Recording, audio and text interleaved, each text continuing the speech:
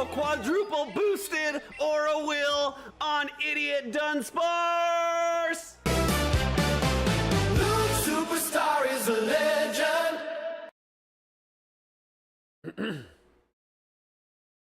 What is up, YouTube? Luke Superstar back here with another amazing day in Pokemon Go. It's Monday. It's okay. We're gonna have fun anyways. Even though it's the worst day of the week, it's the best time of the day. Pokemon Go. Says it right there. We got a cool pick for you today. We are doing Sableye, just regular, not Shadow, but we're running Dazzling Gleam. Why? Why on earth would you run Dazzling Gleam, Luke Superstar? Well, I feel like it's got a good coverage for different things you're going to fight against. So, it's pretty good. Tested it. Seems to do pretty good. Yesterday, I had all winning sets except one with it. So, we're going to try it out today. It's going to be a lot of fun. Let's take a look at what we got here. Neo says, hola, amigo. Hola, Neo. Hello, Neo, like on the Matrix. I guess let's get into the screen that we play on. Here we go. Where's my phone? I guess I better open up the app for the phone.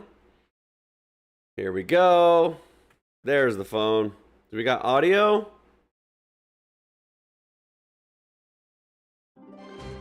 We do. Perfect. All right, let's play some video games, I guess, boys and girls. Let's reset all the win-loss counters to 0, 0, and sets empty. There you go. So, we're gonna have fun today. It's gonna be a good stream. Did you see me beating the F out of Dunsparce? I did. I hear Jenny says I'm here, but got some stuff going on. Popping in and out. Sounds good. No worries. I have a really funny commercial coming out pretty soon with all the merch in May 1st. That's almost here. 4 more days. Well, technically 5. It'll pretty much launch the day before, but pretty much May 1st. But this is going to be a lot of fun. The commercial's hilarious. It's actually laugh out loud funny, and it's really cool. So basically when we launch the merch store, I'll start playing the commercial on the stream. So anyways, pretty much today is going to be pretty chill. You know what? I say that. I say it's going to be chill, and we're going to have fun, and it's going to be positive, and then crazy stuff happens, and I get against Wigglytuff every match. It survives with 1 health, and then I go crazy. We'll see what happens today. I got my coffee with the lid, so we're good on that. It's still pretty hot. I don't know if I'll get to drink it. Yeah, that's pretty much what we're doing today. PvE doesn't really have too much special stuff going on. I actually been doing some Regirocks, which is pretty cool. I got this one, which I'm extremely happy with. Now I just gotta farm some candies on it probably. But this is a good one. This is actually a good one to use for tanking. Say you get against a fire type or something, you could have your Blissey plus a Regirock. It's pretty good. So, did that yesterday. I went on a pretty good walk. I caught a bunch of stuff. I don't really think I caught anything significant. I'm working on a Diggersby eventually. I don't know which one I have. It's good. I don't even know if I have a PvP one. I'm guessing this one is. Oh, yeah. I need to build that someday. But it's pretty ridiculous. I think it's like, yeah, 256 XL candies. Oh, well, we'll have to work on them. Anyways, caught a few of those. So, Flip Novell says, Fearow, Chargebug, and Gastro are everywhere. I don't even care. I appreciate you sending me that, but I don't care in the sense that I'm going to crush everyone today. The team I have is really good. Really good. So, Sableye, Licky Clodsire. So, extremely bulky, extremely spammy. All the boxes it checks. Extremely diverse. This is an amazing team. I had 4 winning sets yesterday. The last one I went 2 and 3, and it was a total fluke miracle. One of those matches where they survive with 1 health when they shouldn't have. I didn't get off a charge move with my 1 health when I should have. Just everything went wrong. But anyway, It's really good. The best part about this team is I'm running double Earthquake because there's all these Tinkatons and all these Steels and all these crazy types. So I'm not even running Shadow Ball and Licky, but people don't know that. So anytime I get against a Ghost type with Licky, they run away. And then when they come back later, I got a Sableye for them. So overall, it just plays really, really well. I'm going double Earthquake because Earthquake's just good into everything. And then with Clodsire, I have Stone Edge. So if they happen to be running anything flying, I do have super effective.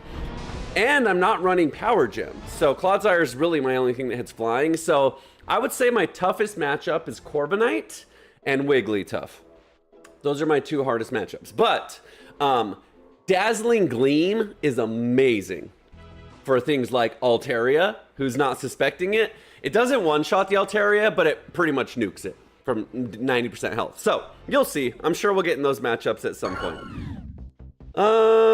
If this is a cool type, we'll do it. If not, I'll skip it. Hot. Okay, fire. We'll do fire. Might be a Charizard or something. We'll do this one. And then we'll get into it. What up, Luke? Still mad you one-shot my Rotom. Exactly. Yeah, see, people don't expect the Licky Earthquake. So by the way, I've hit, yesterday when I was playing, I hit about 5 different Tinkatons with it. All of them no shielded because they're used to tanking Shadow Balls, no problem. I hit about 5 Tinkatons with Earthquake. It doesn't one-shot them, but it also does like 80 to 90% damage. So typically the way that plays out exactly is, you'll see it, I'm sure. I Earthquake, they Gigaton Hammer, we both survive with about the same health, 20%. Then they Bulldoze, and then I Earthquake again and KO. That's how it went exactly that way many, many times yesterday. So we'll see. Please give me a shiny Chandelure Shadow. That would be so epic. Please. Please game. Please game. Please game. Please game. Please game. Please game. Please game. Please! No! I actually do need candy, so we'll do this. Yeah, Chandelure's legit. I don't have a good PvP Shadow one, so hopefully I get a 0-15-15. That'd be epic! I'm sure it's gonna be like 6-1-6.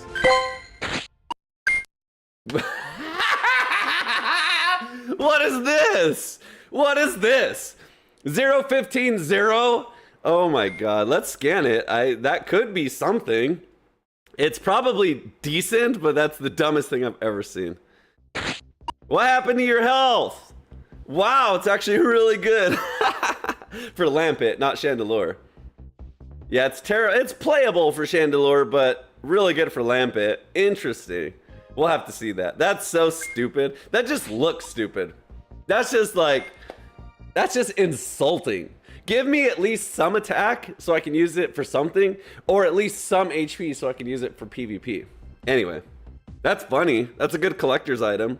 0-15-0. When do you ever get that? Yeah. All right, here we go. PvP battles. We're gonna have fun. We're gonna do awesome. Middle finger IV. Exactly. That's funny. Let's pray that he doesn't get angry today. I'm surprised you're not saying let's pray that he gets angry today, because that's the funniest thing to watch. All right, here we go. Let's remove this, and we're gonna dive right in. We're just going straight for it. Today it's Monday. This team's great. I gotta play well though. I gotta be on my game here. I can't just like be chatting and playing on autopilot. But this team's great. So Fortress is fine.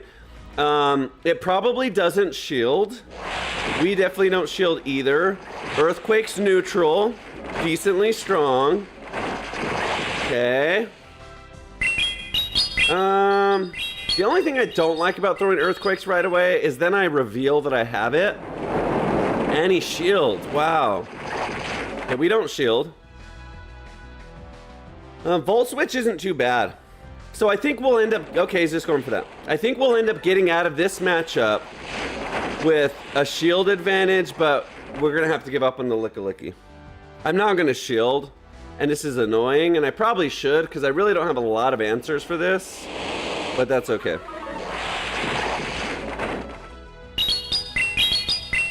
So Licky, this is his role. His role is to just soak up damage, get out shields, pave the way for my future other two.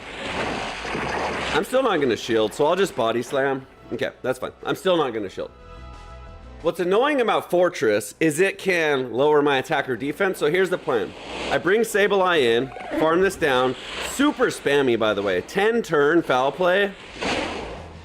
Okay, so I still don't shield. I'm still not gonna shield. It's super annoying. After he debuffs me and I foul play him, I'll probably switch. Just to get rid of that debuff. So this is an annoying matchup. It's not what we want to see. We definitely would rather see something that isn't debuffing us the whole time. Okay, Azumarill. By the way, one of the losses yesterday was to a Hydro Pimp Azumarill. A Hydro Pump Azumarill. And it pissed me off. Because who's running that? Like, I was literally like that. I no-shielded an Ice Beam thinking, no worries, I'll just survive. And it one-shot me. And I was like, dude, give me a break. Who's running? He's just shielding everything. All right, we're way up on shields. So we definitely shield here now. Because it'll KO. And the Sableye is going to be in great shape. We just hope it's not a hard counter. So actually, I need to switch out of this. I need to switch and save the Clodsire in case he has a Tinkaton, which he's basically playing my team from the other day. Which, if he does, I'm screwed. Okay, watch this. Okay, perfect. This is exactly what we want. So in this particular case, Power Gem would have been good too. But, Dazzling Gleam. Boom! 40% on the Mandibuzz. I don't shield. Aerial Ace, we survive. Another Dazzling Gleam KOs. And we just save shields to beat the, what's his face? Okay, now I have to shield. God dang it. That's so lucky, by the way.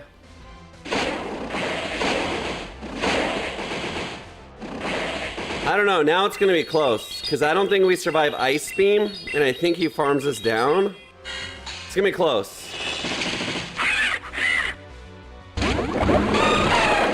I'm doing this to put him in foul play range.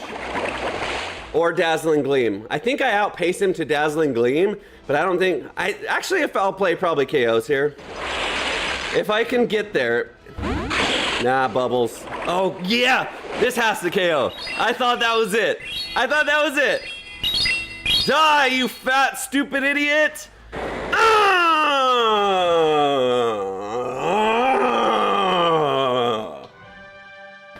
I thought I lost.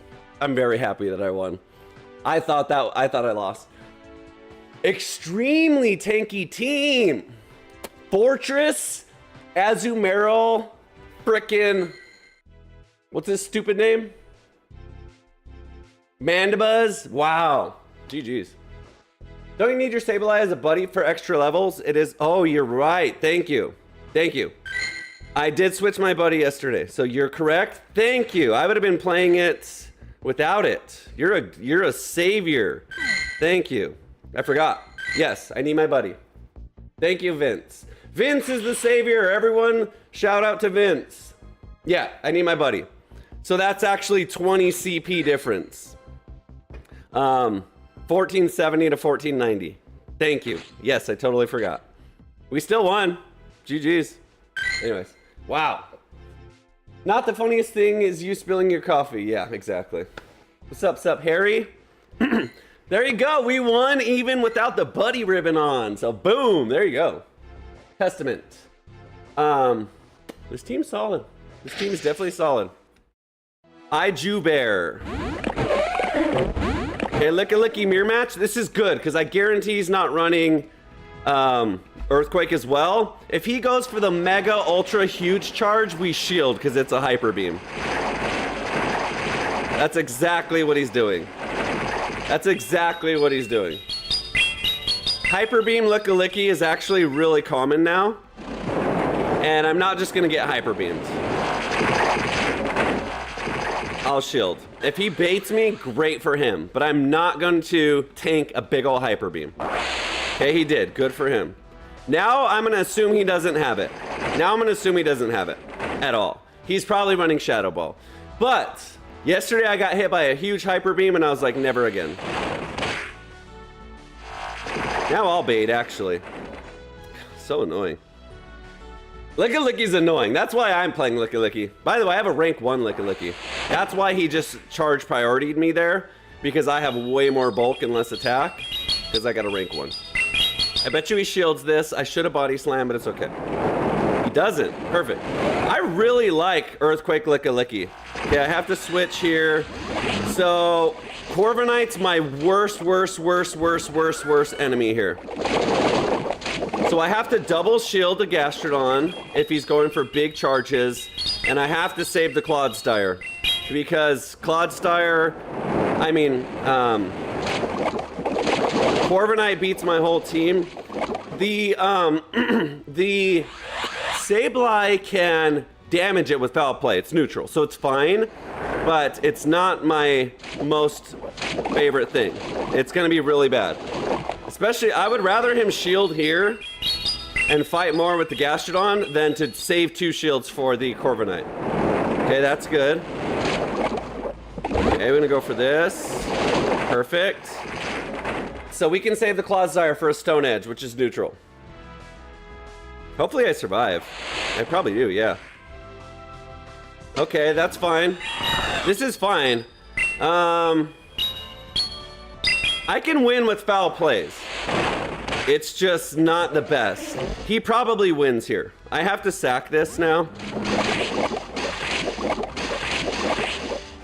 I probably lose, especially if he just goes straight for a payback here and not an air cutter. If he gets an attack boost, I'm screwed. Okay, that's actually bad. That's actually really bad. We'll see if I can do it, but I'm telling you right now, probably not.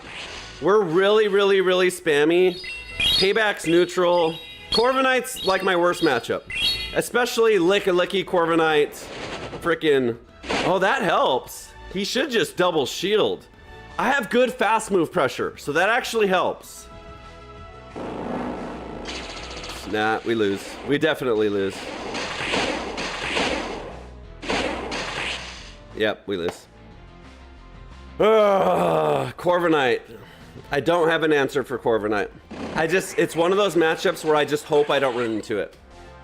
And it's not super common, so it's really hard, especially when it's a save 2 shields for Corviknight team. That's just gonna be so hard for me. So it is what it is. It just is what it is. Corviknight's my worst matchup today, and the algorithm will probably give me that many times today. But it's not super duper common, so I'm not super worried about it. But it's annoying. Okay, we just go straight for Earthquake again. Okay, we don't shield. Our rollouts are really strong here too. I could just body slam this, but I'm just as well going for Earthquakes. I like going for Earthquakes because either way, with Lickalicky, if I get out shields, great. If I get out damage, great. See? So getting out shields is fine too. Now after I shield is when I start spamming. Actually, I'll just go for double shields here. I'll just go for double shields. That's fucking bullshit, bro. You mean to tell me that Lickalicky cannot survive 2 fucking X-Scissors from this fucking pussy-ass bug? Dude, you gotta be kidding me, dude. I'm sorry, but that pisses me off, bro. Literally, 2 X-Scissors kills a Lickalicky? Give me a break, bro. And I had a body slam that I didn't throw because I fucking threw a rollout. Because this game's UI is also garbage and doesn't show you when you KO. That pisses me off. That pisses me off.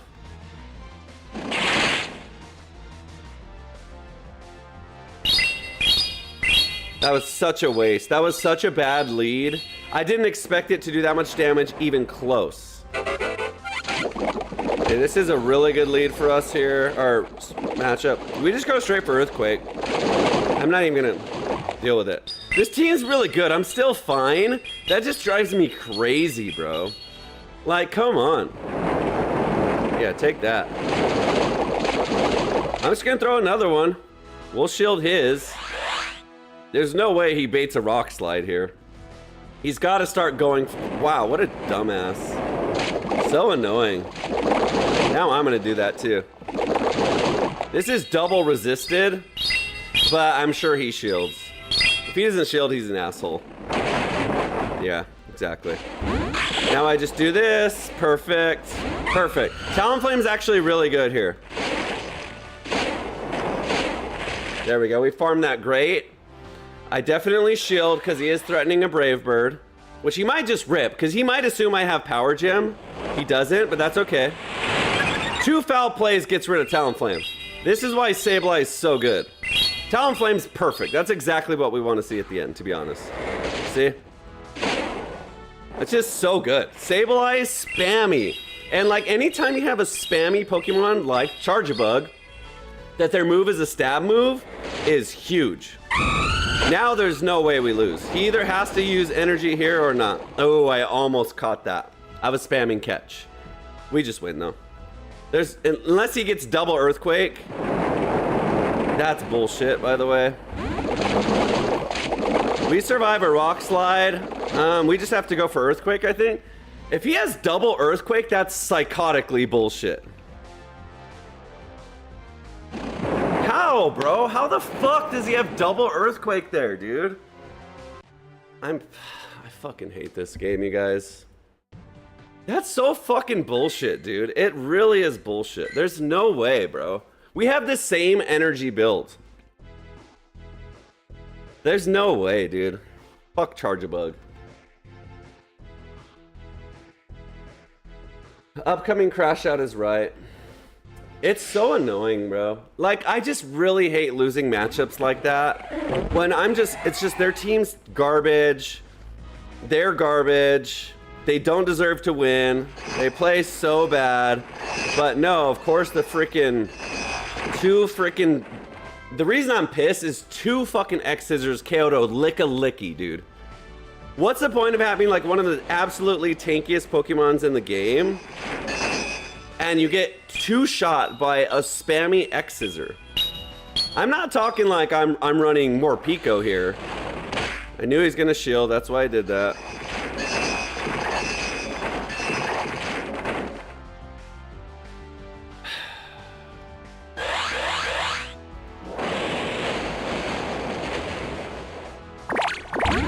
Okay, this is bad. Wigglytuff's absolutely really bad for my team, but we'll get through it, I guess.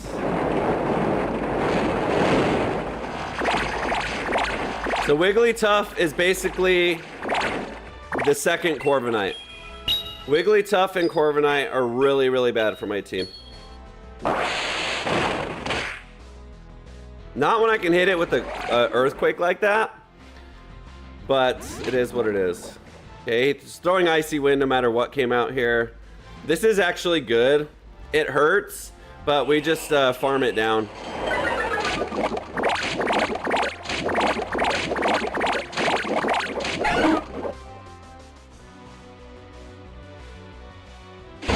Expected this.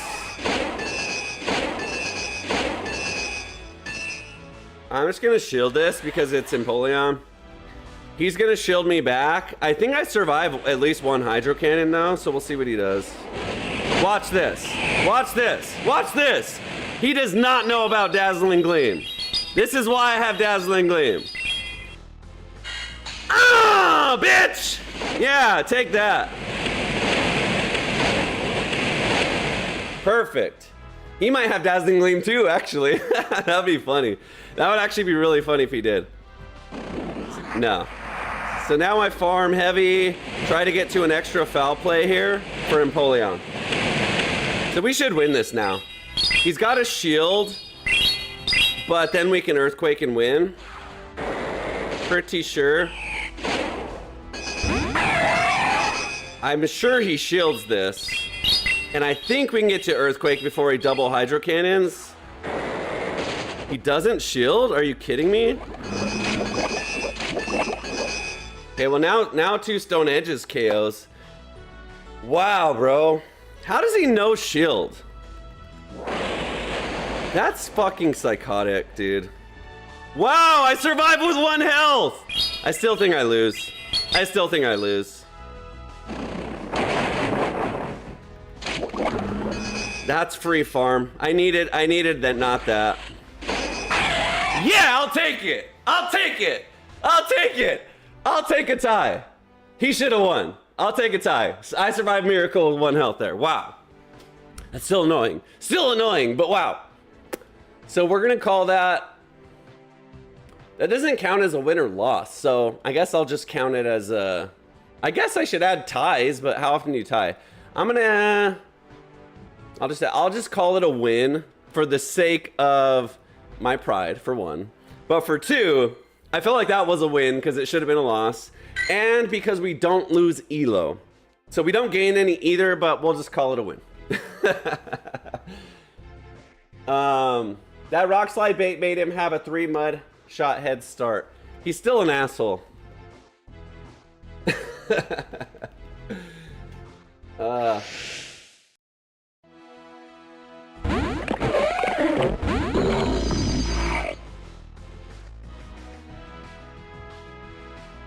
Okay, this again. So I'm never shielding this asshole ever again.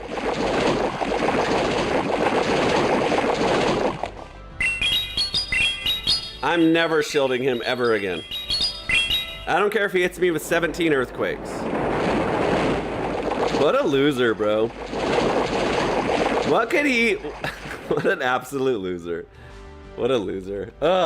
Why do people have these extremely Pokemon just to shield, bro? It's so stupid, bro. I'm not gonna shield. I refuse. That's exactly why, bro. That's fucking bullshit. I specifically threw a fucking extra rollout to watch for the catch, bro. Who goes for the after 1 rollout switch? That's such a dumbass bonehead play, bro. People suck. I'm telling you, bro. People suck and get so lucky at this game. It's luck. That's a bone. I specifically didn't throw to see if he would switch because most idiots suck at the game and they immediately switch every time immediately after they throw because they know they don't want to tank something. I watched that, and the idiot, for some god-awful reason, decided, and he survives with 1 health, decides, oh, I'll just switch after 1 rollout randomly. So stupid, bro. That's not a catch. Take that back or I'm banning you. That's not a catch. That's 100% a lucky play, not a catch. A catch is when you know the exact timing and you throw in and you do it on the exact timing.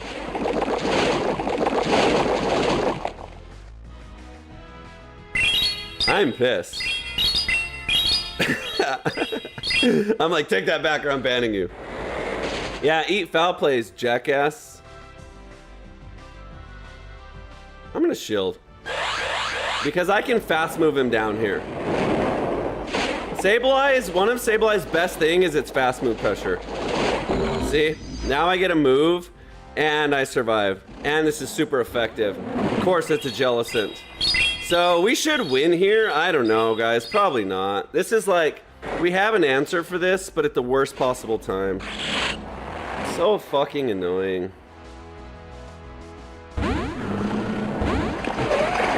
Okay, he doesn't fall for it.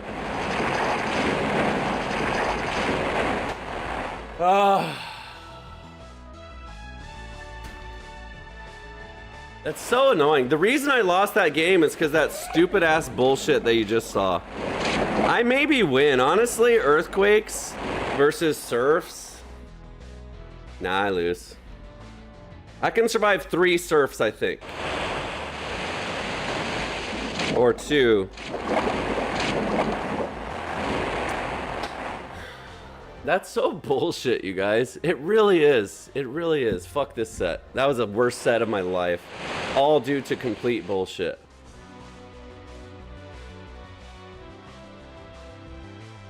It's fucking annoying. That's so bullshit, bro. I knew he was gonna do that, so I waited. I specifically fucking waited. Specifically. And then he didn't do it. Bonehead. Bonehead. The reason that's dumb is for so many reasons. Whenever you do that and you blind switch, it makes no sense for people to do that. It's a bad play because all you're doing is giving me free switch advantage. You're letting me use all my energy on what comes in versus what's going out. It's dumb. It's so dumb. So watch this. This is exactly what's gonna happen. He's gonna Gigaton, I'm gonna Earthquake. We both survive. Then he's gonna Bulldoze, I'm gonna survive, and then I throw a second Earthquake, and then he dies, or shields. It's exactly what's gonna happen. Guaranteed. I did this exact same matchup about 10 times yesterday, and that's exactly what happens.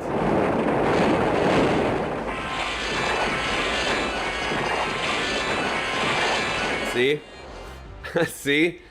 Now he bulldozes, and he either runs away, gets KO'd, or shields.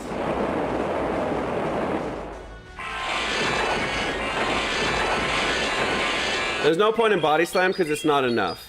So if I get the shield out here, that's a win. That's a win. Okay, perfect. That's perfectly fine. He'll go for bulldoze again. We tank it, no problem. Hopefully we don't get the attack debuff. Rock slide KOs, so I'm gonna overfarm. Okay, that's stupid.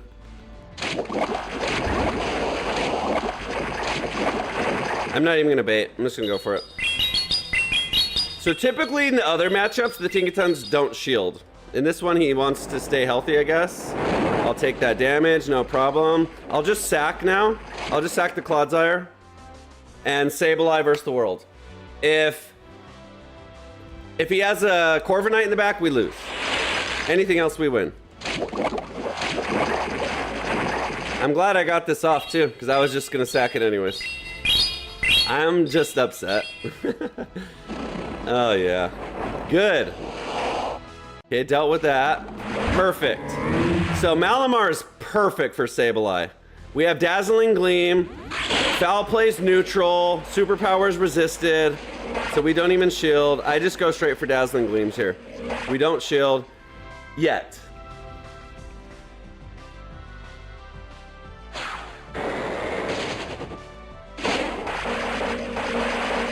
He probably shields. I'm guessing he shields. And we can fast move farm down the, oh wow, now we just win. We just fast move farm down the Tinkaton too. See what I mean, guys? People are bad at the game. That's why I run Dazzling Gleam and not Power Gem. GG's. Yeah, I'm a little happier. I'm like 1% happier.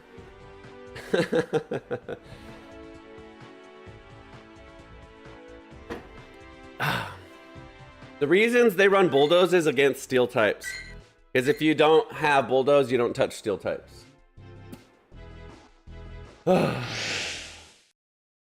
Zippia says, Luke, to be fair, even if it was luck, it's still a catch. Wrong, wrong. A catch is when you catch something. When they throw it to you and you catch it on purpose. If I'm standing here and I randomly throw my glove up in the air and the baseball lands in the glove, that's not a catch, that's luck. That's a random thing happening by chance. It's not a catch. Perfect. He keeps all that energy, that's perfectly fine. Cause I'm not scared of it with Clodsire at all. Sableye even's fine. So no problem. I'll just body slam spam now. Actually, Sableye is a really good counter into this match. Sableye is really, really good here, actually. Because we resist Sludge Bomb. Okay, it's Grass Knot. Alright, that's fine. We won't even bother then. I was thinking he might be running Foul Play, but since he's running Grass Knot, we won't even bother.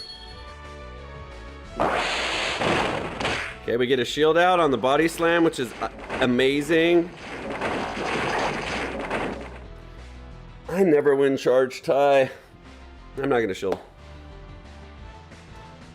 I felt honored that you tested this team with me yesterday. Ooh, I survived. That was a foul play. Yeah, this team's good. There is some weird matchups, but it all comes down to like BS. Honestly, there's so much BS that like when they get these miracle 1 health survival craps, so that was perfect. Now he brings in Tinkaton, I'm sure.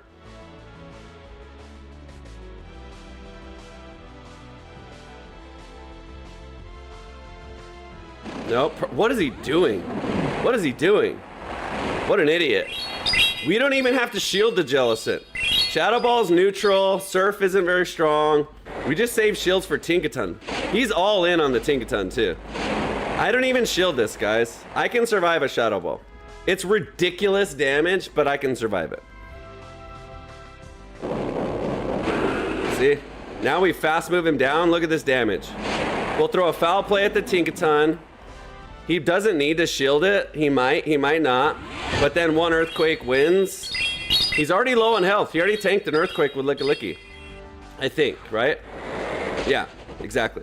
Now one Earthquake just wins. We have 2 shields. GG's. GG's, mother... Effer.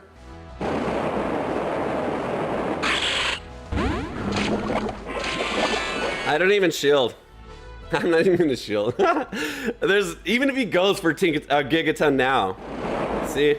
What a donkey. Now I double shield. Even if it's bulldozes, I'll still get to Earthquake by double shielding. GG's.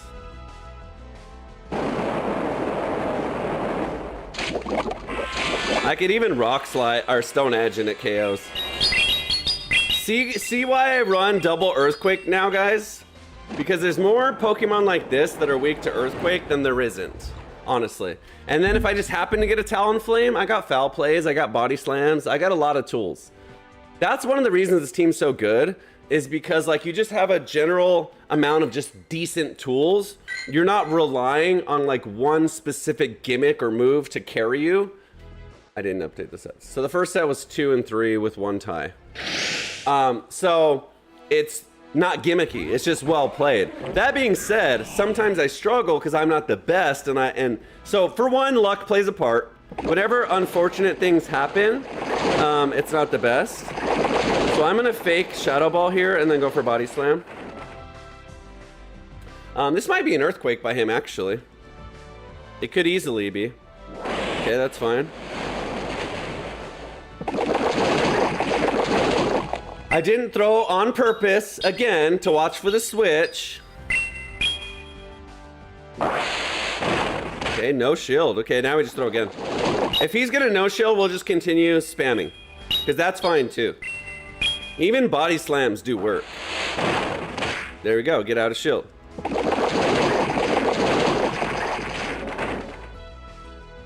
I think I can survive a Hydro Cannon, honestly. Maybe not, but if not, it's okay, too. I did. Perfect. See what I mean? That's the kind of bullshit that pisses me off. That's exactly what I mean when I say, like, some lucky shit could happen or not happen. Because, like, that does make a huge difference. If I get out a Body Slam there, I can fast move him down. And or I can freaking... See what I mean? Like that alone, not getting off that one Body Slam causes the whole entire match to just fall behind.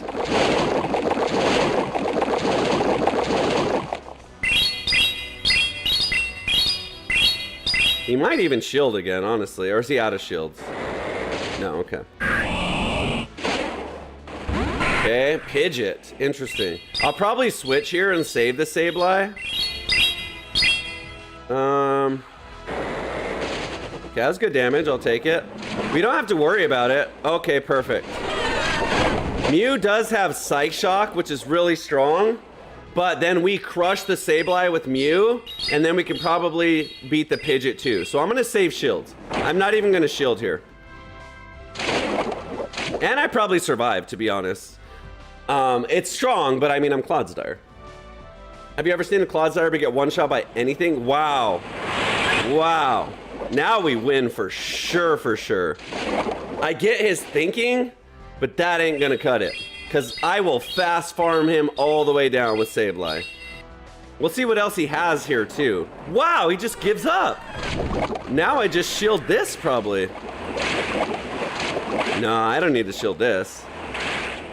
Do you think I die? Nah. What does he have? Feathers Dance and some other stupid thing? We just out-spam him. We just out-spam him. Yeah. Now we win for sure. What is he doing? Mew. Okay. GG's. This is definitely a GG. We have a shield, so we just win. Gust is pretty cool, though. But not enough. GG's. This is more like it.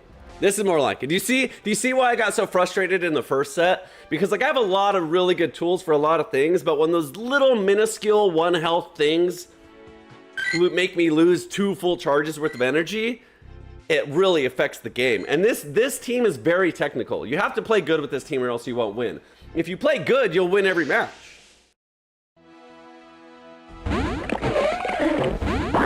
Okay, this is great.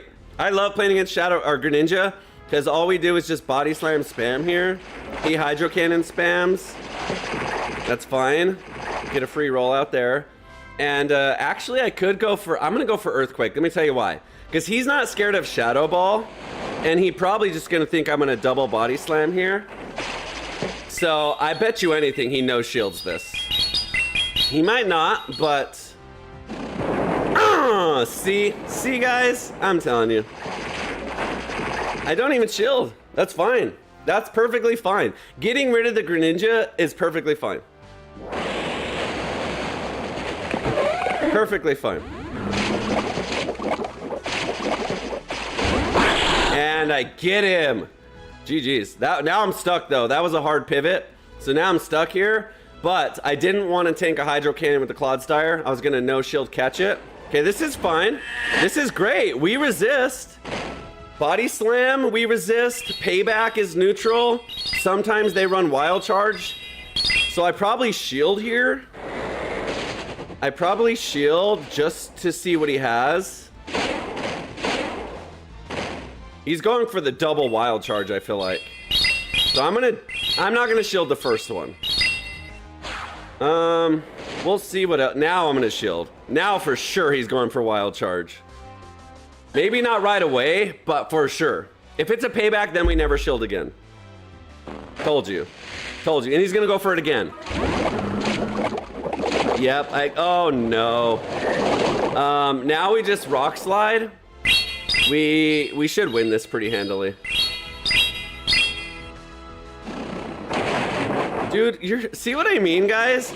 They're so bad. I was threatening an Earthquake there. There's literally no reason for him at all to no shield that. There's no reason at all. It makes 0 sense. It makes 0 sense. It makes 0 sense.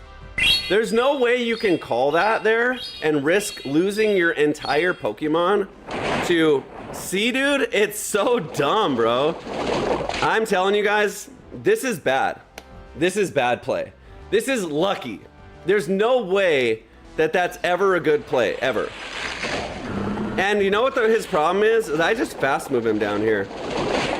I just save shields and I just fast move him and the stupid freaking double Wild Charge. I just fast move them both down. It's resisted, actually. It's bad, bro. I'm telling you, these players are not good. We throw 2 foul plays. We shield 1 Wild Charge. If he Wild Charges right out of the gate, he lowers his defense.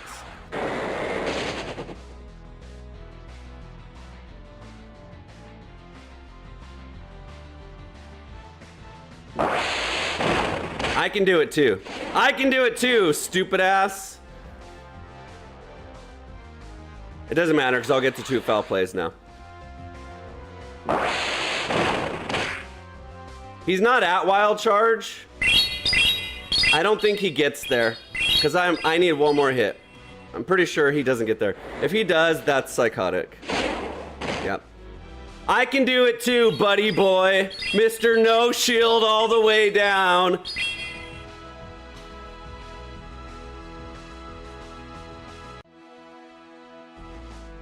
He force closed the app. He force closed the app.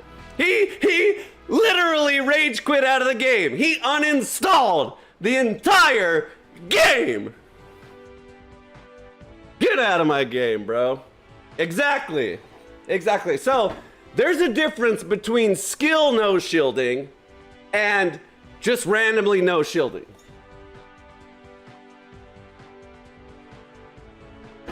I'm not stupid. Players are bad. So here's how you win. You guys want the secret? You guys want the secret to Great League success? Do you guys want the secret to Great League success? Treat every player like they're a complete idiot. Just assume, just in your mind, say, what's the idiot play? And then do that. For example, Stunfisk. The G Stunfisk we played earlier. The stupid play is to just go for a rock slide bait. And it worked. The stupid play is to just no shield earthquakes. And it worked.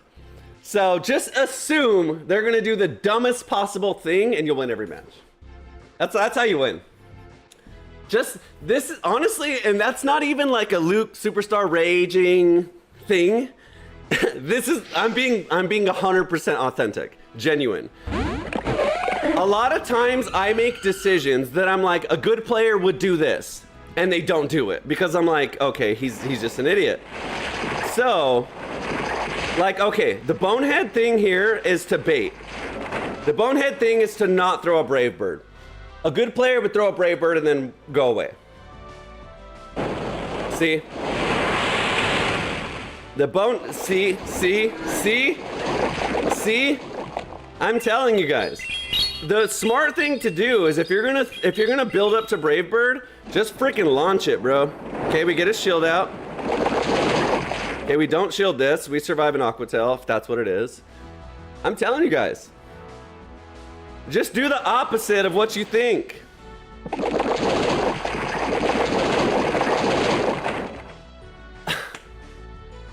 I don't understand that at all. That's fine. That's fine. That's annoying, but it's fine. We already got a shield out, which is 2 shields. We're sitting pretty now. We can no shield Aquatails now. Okay, Golisopod's resisted. Bug is neutral here.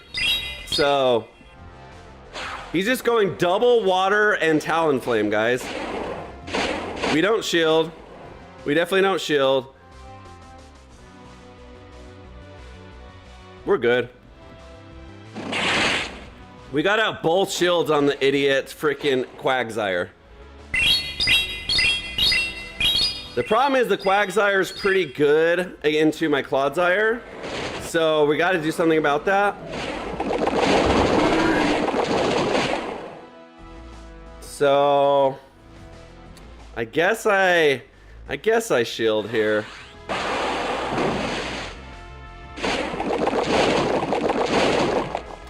Dude, how the fuck, bro? That's an Aquatail and then 3 more turns, bro.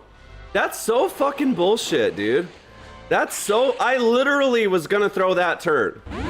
3 fucking mud shots and then another Aquatail, bro. Is it really 4 than 3? I'm checking. That's bullshit, bro.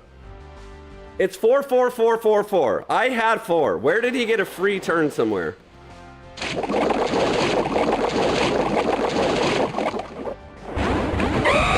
Okay, that's fine. Now I just Stone Edge him. I think I'm okay here. I don't know. That's really annoying. We can survive 2 more Aquatails, so if we can get to a Earthquake, we should win here. Earthquake should KO from this range. If I don't know, it's gonna be so close.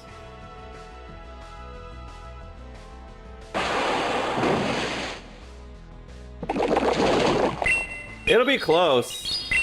I think this is enough. Earthquake on a ground type is really strong. There you go. Dude, fuck off with the fucking bullshit, bro. Are you fucking kidding me? This is what I mean, you guys. This is the bullshit that fucking pisses me off. It's so fucking retarded, bro. These Pokemon are so dumb, bro. Fucking nerf the move, bro. I hate this game. I fucking hate Pokemon Go. It's the dumbest shit ever, bro. It's the dumbest shit ever. If it weren't for luck, I'd win every single match. That's so annoying. It's so annoying. It's so annoying. It's so annoying, bro. I bet you anything that along the way somewhere in that match he got a free turn. I'm telling you guys, it's unbelievable, bro. I literally counted. I knew it was gonna be 4, and I counted. This is a good example. Watch, he'll run away because he's scared of Shadow Ball, but I have Earthquake anyways. So I don't even need to bother shielding a Torch Song. It's strong, but it's fine. I'm gonna bait the Shadow Ball actually and just go for Body Slam. Because he's got a shield. Now that he is attack boosted, he 100% shields. So this is the right play. You're a fucking idiot, dude. I'm telling you guys, people are so fucking bad at this game. Now he'll shield. Now he'll shield like a donkey. I'm telling you guys, people are the absolute worst at this game, bro. That's just dude. I can easily with Licky just launch freaking Shadow Balls left and right. I literally can launch Shadow Balls left and right with Licky. The fact that he just decides that I'm not is crazy. Crazy. That's fine. I still got a freaking Sableye for him. That's just crazy. Crazy. Crazy. Ask me what it is. It's crazy. Wow, he didn't charge priority me. Interesting. So Sableye versus the world here. We'll see. I'm sure we win. I'm gonna shield this. Because I'll get a lot of farm fast moving him down. He might have 2, bro. No, okay. This is actually fine. He has Brave Bird though, which is super annoying. So Dazzling Gleam is actually stronger than Foul Play, even though it's a stab. Now he gets a free Brave Bird. So he wins. They win. Unless I can get off a Gleam right here too, I lose.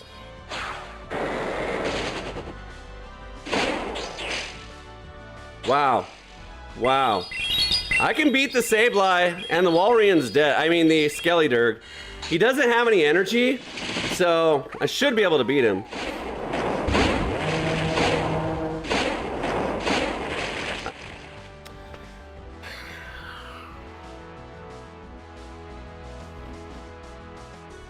Can't win, bro. You just cannot win when the game's this stupid.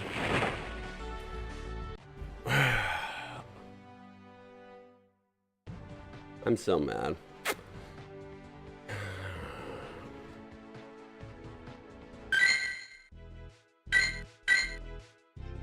Fuck it. From now on, I'm throwing it. I'm throwing it, bro. If they're gonna be... Oh, I forgot. My bad. I forgot. I tried to play good. Remember how I said this is a good play? And then he shielded? That was my bad. That was my bad. I actually remembered now. The idiot no shields. So I should have thrown an Earthquake and one-shot him. The idiot no shields, and I forgot that he was an idiot. So that was my bad. That was my bad. Now I remember. Now I remember. Foul Play wouldn't have been enough, and he would have Brave Birded me.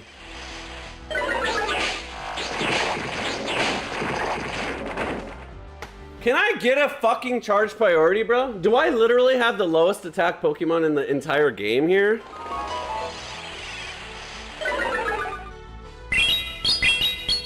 I know I don't have high attacking Pokemon, but it's a Florges, bro.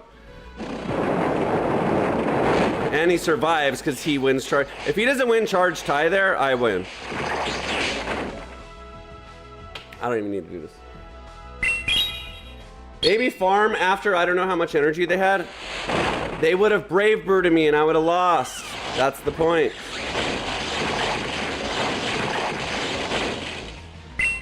This is fine. Clodsire crushes the Morpeko here.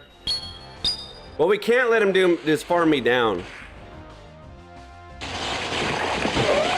That's fine. Clodsire crushes. So we tank a Psychic Fangs, which is super effective. And then we shield the Aura Wheel.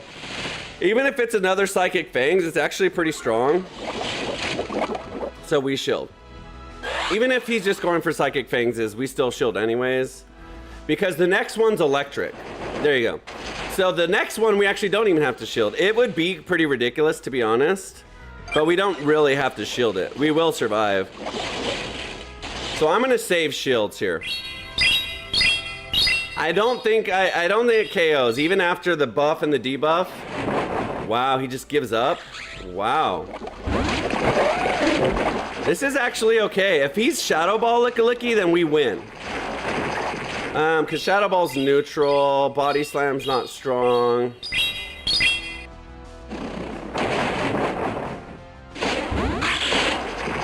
We spam really good here. He might have Hyper Beam. Wow, he just gives up. Okay. There you go. GG's. He had 2 shields. Okay, whatever. I'll take it. I'll take it.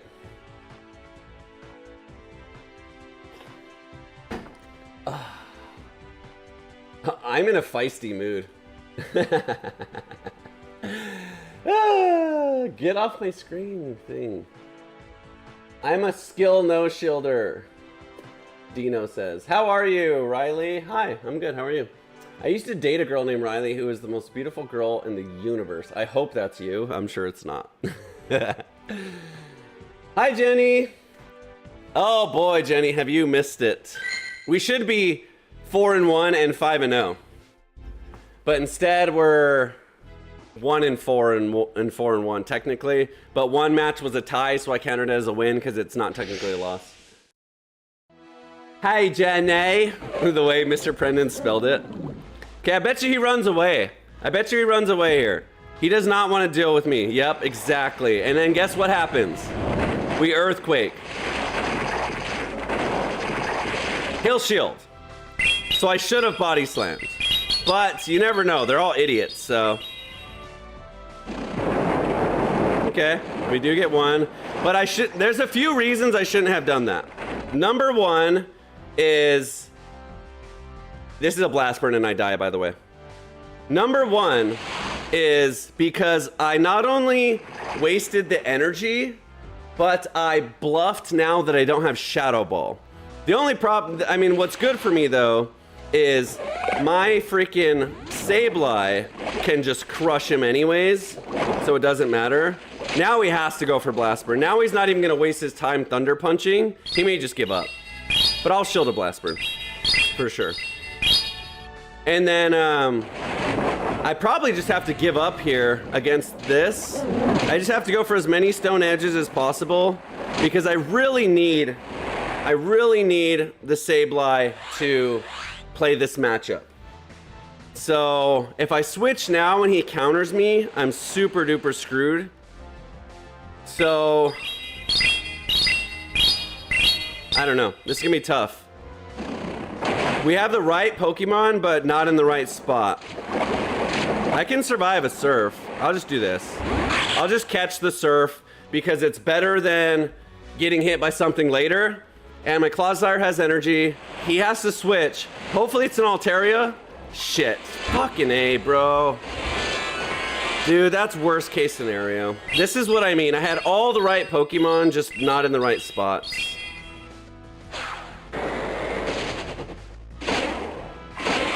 Oh, shit. So annoying. I did a bunch of damage. Yeah, I lose for sure now. I don't really know what else to do, though. The Clodsire is going to go down to the Jellicent eventually anyways, so... Just... Sometimes you just get in these matches where it's impossible to get in the right spot.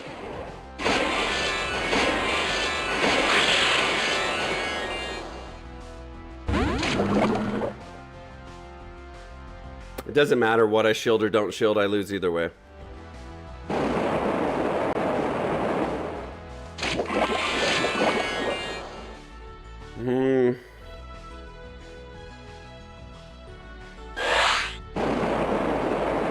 super annoying.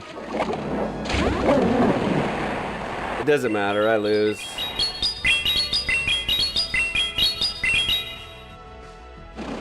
It was a 50-50. Wow. Wow. I still don't win unless I fast move him down here. Not even close. Yeah, it was a 50-50. Basically, it was either the Sableye wins the matchup at the end or it doesn't. And in this case, it didn't. GG's. That was fine. That was just a 50-50 at the end and I didn't get my way. That was worst case scenario. Not even, that's literally worst algorithm case scenario because it's not even neutral. It's double resisted. It resists everything I do, so worst case scenario. Luke, try not to say idiot challenge. You're an idiot for telling me to do that.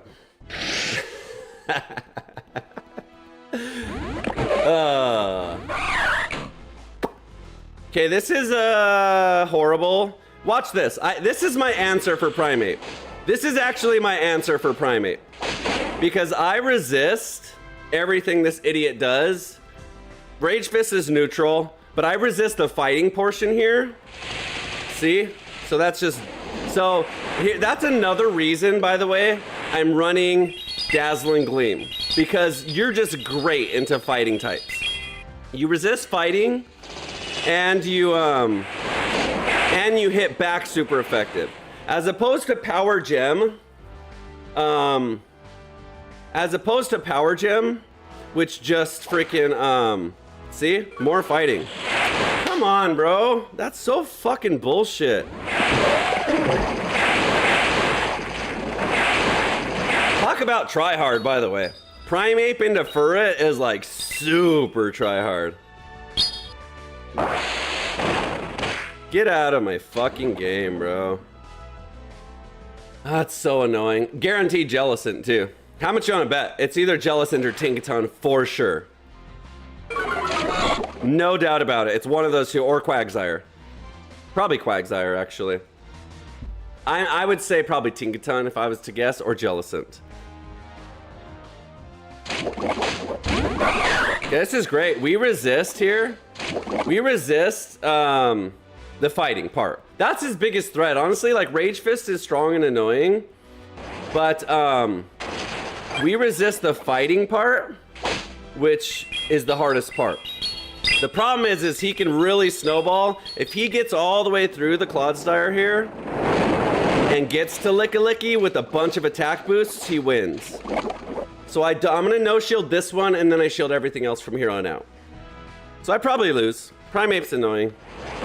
Primeape into my Lickilicky lead is what's really annoying. But see how I resist now the karate chops? So I have 2 shields. I need to get to one more move though. So fucking annoying. God, I hate this fucking asshole. This could be a close combat. This is why I'm doing this. It's probably not, but it could be, and I'm smart, so I don't shield.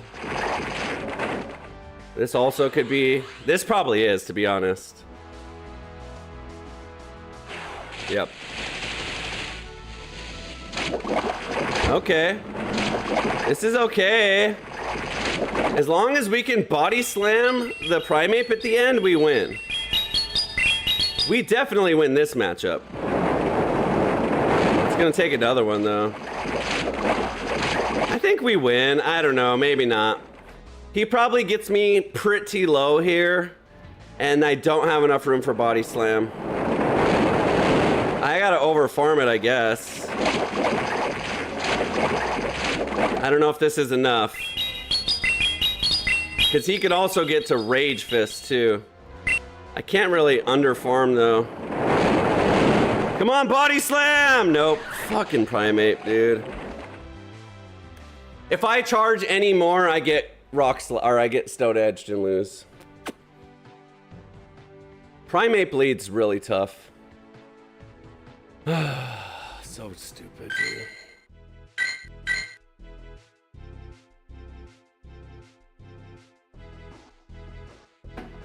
Never pivot to the counter.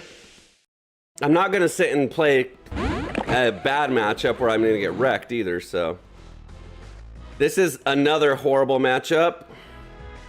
So I gotta go for a catch here.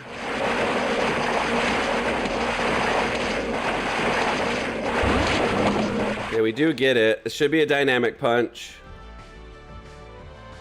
It was a little slow, but I think it still was, yeah.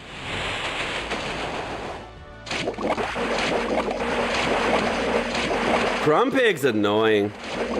Come on, bro. Are you this is so lucky, dude. I fucking hate this team. This team right here is like, I am the tryest hard ever. Ugh, so annoying.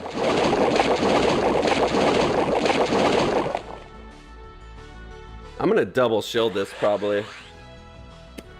We can beat the Grumpig with Sableye really effectively. I just didn't want to go into that match right away.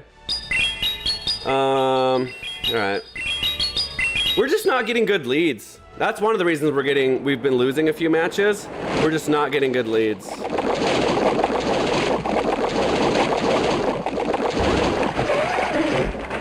See, we have to go for like a catch on every Pokemon just to even catch back up, which is crazy.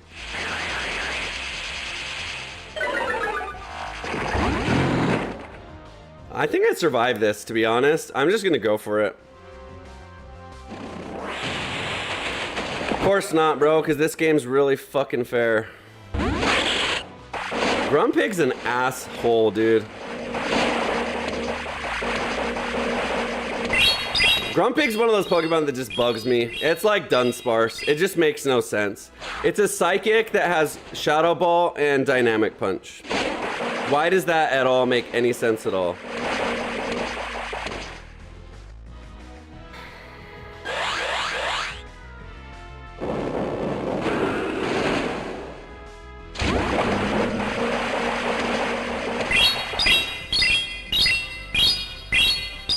He shields and farms me all the way down here. Wow, okay.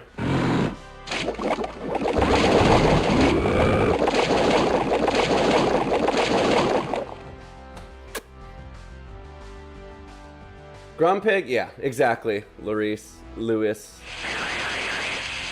Exactly. This is an ultra try-hard team that is probably it's Axons or Homo Slice Henrys or whatever, which is fine. I don't mind. I'm just, it's not even that I mind. It's just the leads, bro. Exactly. Dazzling Gleam's stronger.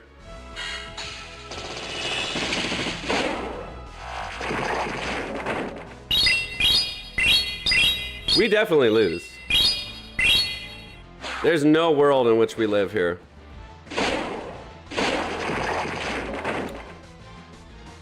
Double Shadow Ball users are fucking assholes. Double Shadow Ball users are the epitome of this game not being fun for players. It's just a broken ass move and everyone uses it, even on fucking Pokemon that don't need it. It's just dumb. I just don't like losing to shit like this because it makes the game not fun for me. It makes me like how many of you guys experience this? How many of you guys want to play auto-rect and other stuff just because you're tired of like trying to win an unwinnable meta? It's one of those metas that's so far shifted to one way. You either play the game and you are a part of it, or you just don't and you lose. And it just gets really, really old. So a lot of people actually currently this season are just dropping ELO. They're like, I don't even care about my ELO anymore. I used to be veteran, but I don't care because it's not even fun anymore. That's the experience I'm having today. That's why usually I play the way I play, because it does get really, really super old. Another Jellicent, another Shadow Ball user.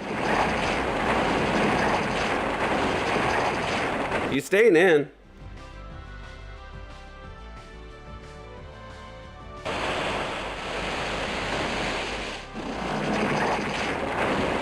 I'm not going to show that I don't have Shadow Ball, because then he'll stay in and wreck me.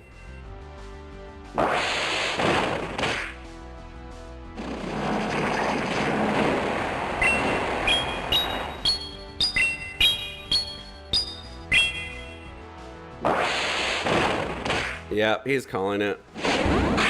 You just can't do anything. This is what I mean, guys. You can't win. There's no way to win. Whenever every single team has a Jellicent, probably a Wigglytuff, or a Cradilly's just equally as ridiculous. Anyway, I'm not even gonna complain anymore. I'll just fucking play.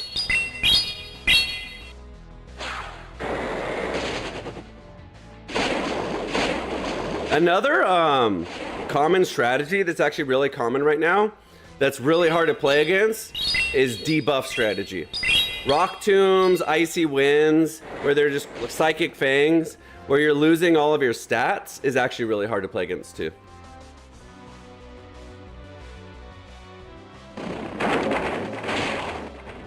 I need to keep the Sableye healthy. I still don't want to show that I don't have Shadow Ball though.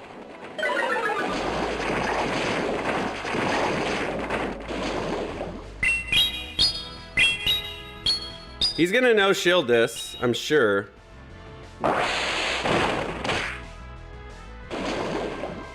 But now it's too late. Now it doesn't even matter. Now at this point I should have just thrown Earthquake because he's already seen that I don't have Shadow Ball now. Fucking Shadow Drapion, of course. Not only is it Shadow Drapion, it's Shadow Drapion which got the full farm down with a move that does no damage.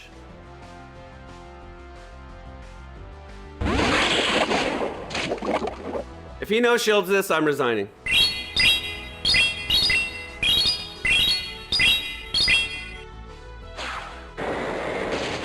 Okay, he did shield. Okay, that's actually okay. I was gonna resign. I was absolutely gonna resign.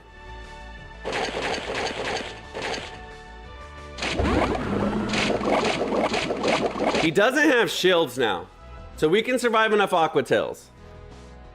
And then the Sableye can beat the Jellicent. The Sableye cannot beat the freaking this though. So I have to overfarm this. I have to tank this, get enough to get to like another Stone Edge. And he just Aqua Tails me anyways and I lose, so.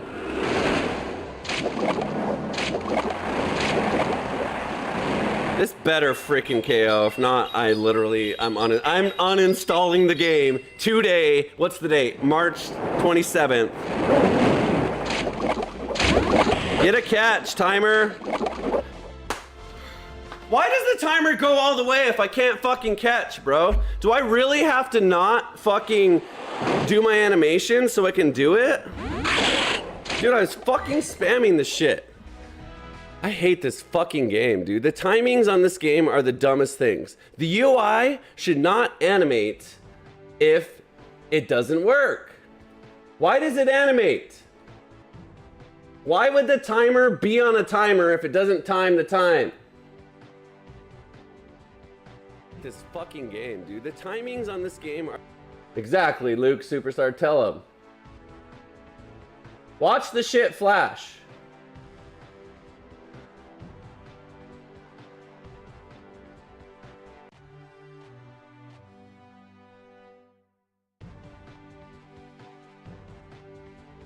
Watch. Look at the timer. Why on earth? Okay, watch. There. If I'm... Okay, look. Here's what I don't understand. They need to have the timer not on a smooth increment, but on turns. The game has turns that you touch to do moves. So my thing... By the way, if I'm spamming in this box, it shouldn't count out of the box. When I'm spamming over here, that doesn't mean that I'm spamming on screen. If I'm spamming in this box, I'm telling the game my priority of action is to switch. It's not to throw fast moves. So if it is over here, it should not do fast moves. If they built that into the game, players like me could do exactly what I just did, and I don't throw a move there, which is fine. Sometimes you're gonna not throw moves because it's saying in this box is not a move. If you touch this box, this circle, or this circle, fast moves don't come out. That's built into the game, people. Don't do it. That's how the game should be designed. If I was a game designer, I would make it where if you're touching in this, even when it's gray, like this, you will not fast move.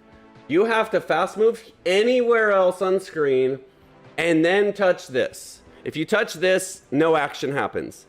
If you press here or here or here, no action happens in the game. If it's ready and you touch in here, action comes out immediately. So the fact that I'm pressing it, they're ahead of time. So I'm pressing it immediately. So right now, okay, so touching here, this is fine. This is how the game should be designed. Touching here, fast move should come out. Okay, on this turn, great. That move should come out. That one's already coming out. Now from here on out, no more should come out. I should just be sitting there still, which is fine. That's fine. If I didn't do any more charge moves because I'm putting priority on this, great. But of course not. I hate this game. It just doesn't make sense to me. It's just like, I hope what you guys get out of this isn't that I bitch and moan because I lose, because I don't care. I don't care if I lose, win or lose. I hope what you can relate to out of all of this complaining is that whether I'm right or wrong doesn't matter. It's the wrong screen, by the way. Whether I'm right or whether I'm wrong is irrelevant. I'm not even saying I'm right or wrong. This is just my opinion and my thoughts out loud. What you should get out of this is the experience created for me. If this is the experience I'm having, I'm sure at least one, or if not majority, or some of you have the same experience. Where the UI is fooling you about what's happening, sure. You guys can sit there and say, you don't understand the game, bro. You don't understand the game. You play better, bro. That's fine. I don't give a shit if I lost. I don't give a shit if I'm bad. I'm just saying from a player experience, one of the things that really drives me in video games is psychologically understanding the player experience, which I don't know why, because I'm not a game designer. So for me to even have these thoughts are a waste of space in my brain. So it doesn't matter. But these are my thoughts. I'm stuck with them. That's what it is. In my experience, all of these little things that you experience, when you get to 1 health, you don't know if you have 1 health or not. When you press on UI and the UI has no action. When the turns aren't even explained in game. By the way, there's no tutorial in this game anywhere that says when you play PvP, here's how long a turn is, here's where you can touch, here's what action has priority. So like, it's built in to like just frustrate the player. Anyways, that's my spiel. I'm not trolling you, but the last 2 losses were your fault. I don't care, bro. I know it's my fault. I'm not saying it's not my fault. I'm just saying the experience I'm having is frustrating.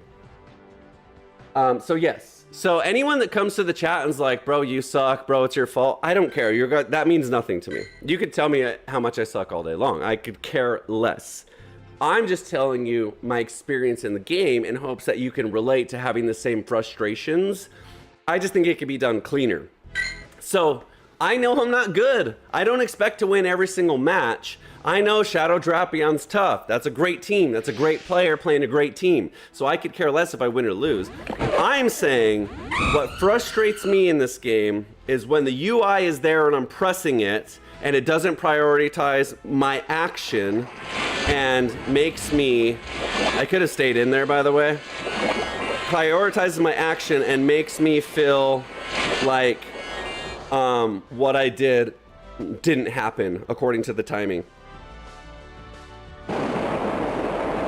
Expected that. I'm not even gonna bait. We've seen the idiots no shield all day.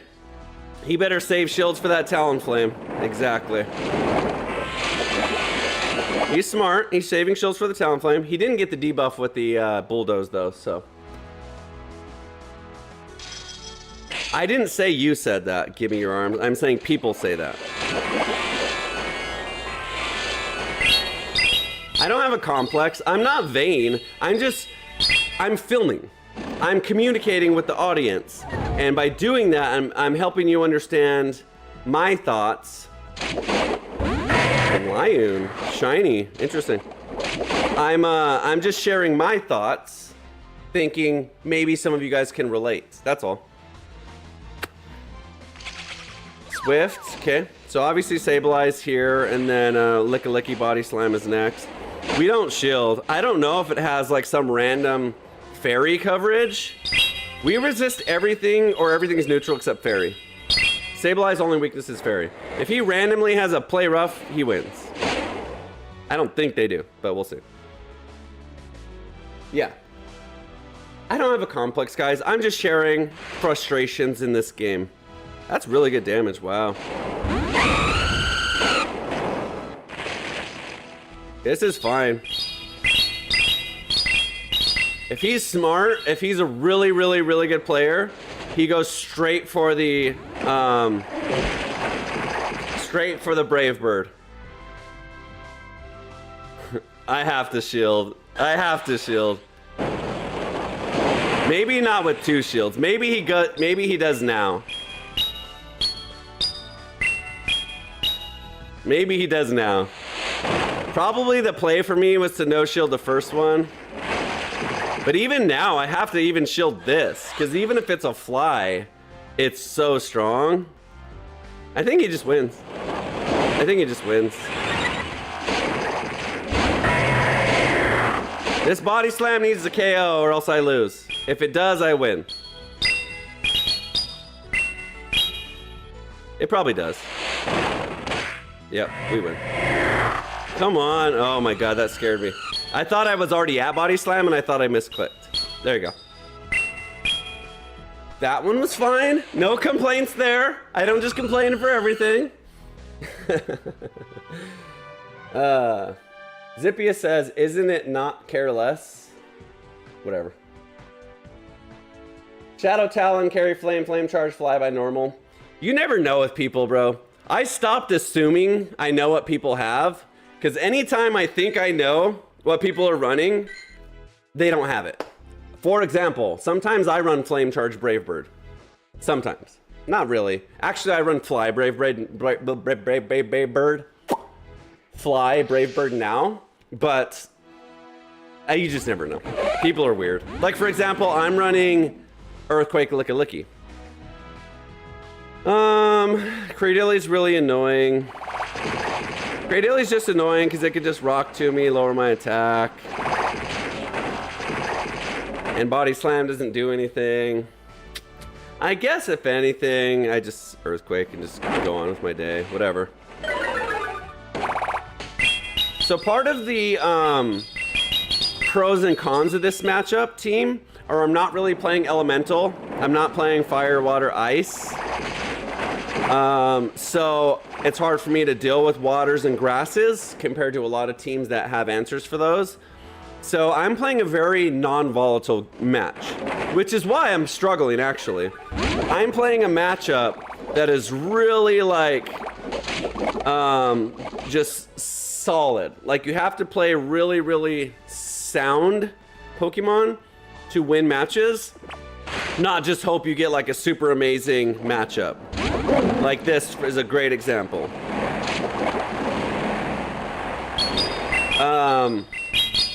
So we just give up on the Clodsire here. I'll take that damage. We can survive a Surf. I think we survive a Shadow Ball too.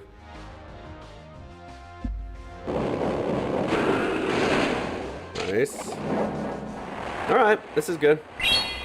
I don't know. I think Surf does more damage. I don't know why they aren't surfing. Maybe he has Bubble Beam.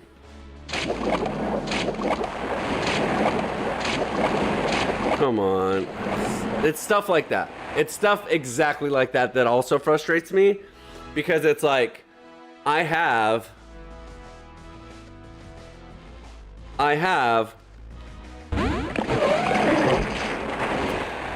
shield this. I'm one turn away from the energy.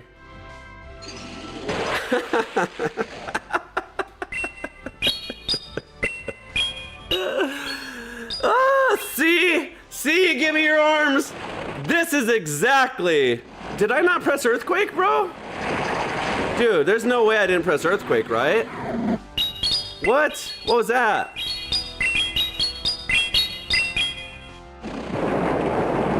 now I did. That's exactly why I don't assume their moves. This is resisted, but it helps. He'll have to throw energy here. Bullet Seed doesn't do enough. Wow, he doesn't even get there. Okay, we definitely win this. He's got a catch here. He's threatening Brave Bird now. But it doesn't matter because we can double foul play. So as long as he doesn't get a catch, we're good. Exactly. Dude, he's got to move. It doesn't matter. We still win. We still win. As long as he doesn't catch, we win. Dude, fuck the fuck off, bro. That's so dumb, dude. That is so dumb. This game is so... This is what I mean about Shadow Ball. You guys don't understand. You guys just don't understand. You guys don't understand. Maybe some of you do. Maybe some of you do. This Pokemon barely is cracking 100 health. Barely. Or attack. Barely. Barely cracking 100 health. Not a super offensive Pokemon. At all. I'm gonna fucking keep complaining. I don't care. You guys can turn me off if you don't want to hear it. This is fucking bullshit. Not even barely 100 attack. Barely. We're talking 60%, 55 at least, probably 60%. 100 attack. On a Pokemon who's relatively tanky, 124, 125, that's tanky. That's not the bulkiest ever, but it's tanky. Anything 125 or higher is tanky. So we're talking a somewhat tanky mon, okay? Neutral, not super effective at all. A neutral move from a Pokemon who's got 0 attack does 60% of your health bar. Wait, we're not done. Wait for it. We're not done. Not just 60%, but 60% every 12 turns. Every 12 turns.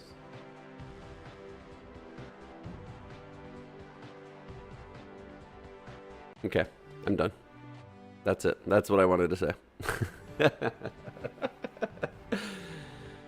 Ethy Walter, I don't care what you're saying. I know I'm not playing correctly. I don't care. I'm just saying it's like, so if this game was balanced, perfectly speaking, then that would have done 40%. Then I would have got off my 2 foul plays. I wouldn't have died to 1 incinerate. So that's my point. Unbalanced things bug me. So I'm playing a team that isn't overpowered. I'm playing a strong, sturdy, solid team. And I'm losing not to other strong, solid, sturdy teams. The only losses that I have today are to stupid, overpowered, silly teams. That being said, I get frustrated because it's not like I'm getting beat by good players. That also being said, I understand I'm not playing these matches optimally. I'm not playing these matches so optimal that it's like, bro, there's no way I should have lost that. Yeah. I could have farmed better. I could have thrown on better timing. I could have done a million different things. I could have immediately thrown a foul play on the Jellicent as well. And I could have immediately thrown a foul a foul play on the Jellicent and not let him get any move off, and then try and beat the Talonflame that way. So I get it, you guys. I know that I'm not the best. I'm just saying balance the game. No one likes an unbalanced game. I'm just gonna farm this all the way down. Anyway. I don't know why you guys are telling me anything at all about my play. I don't care. I'm not at all saying that this game is screwing me and I'm the best. So when you guys comment, bro, well, you threw a body slam on the Jellicent. First of all, that was an accident. Second of all, I know what I'm doing wrong and right. I'm not trying to say I would have won if... all I'm saying is the game's unbalanced and it's frustrating. So at the end of the day, here's exactly what I'm saying. This game is unbalanced. I think we can all agree on that. And it frustrates me. That's my words. That's what I'm communicating here.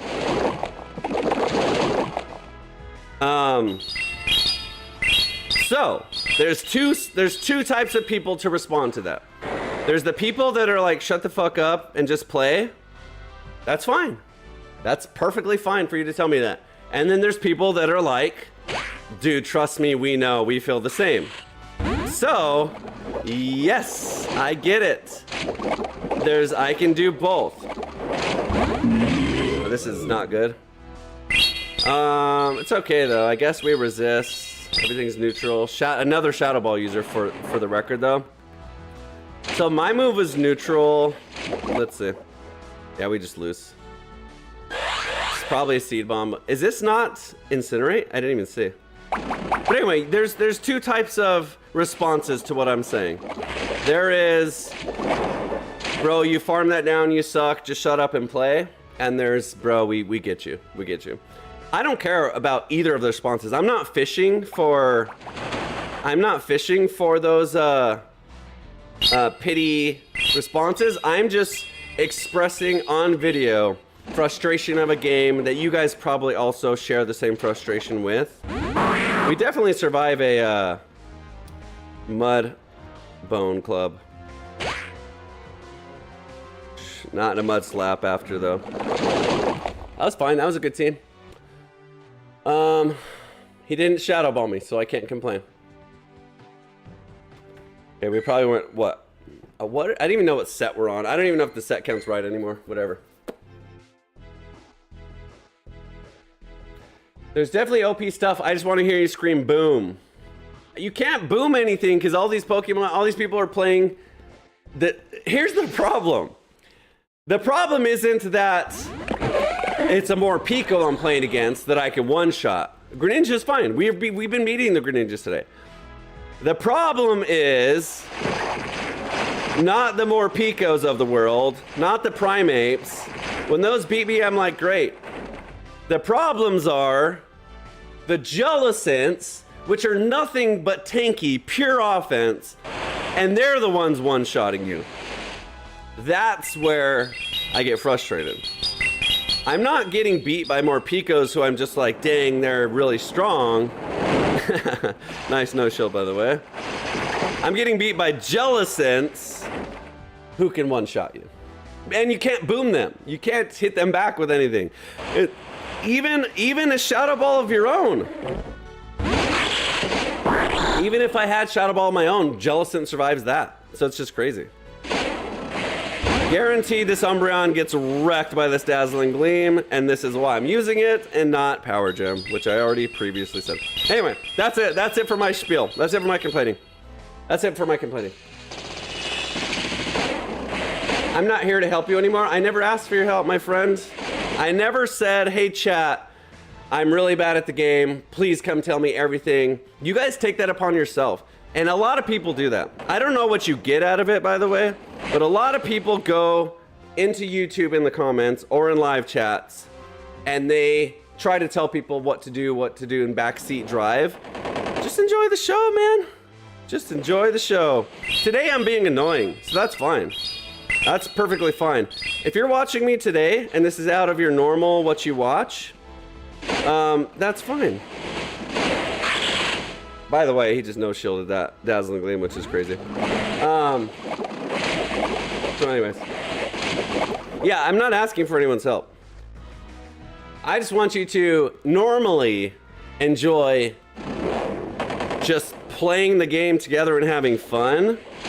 I just went down this big old rabbit hole because it's like, whenever I'm playing teams like this, I like to express with the audience the reason.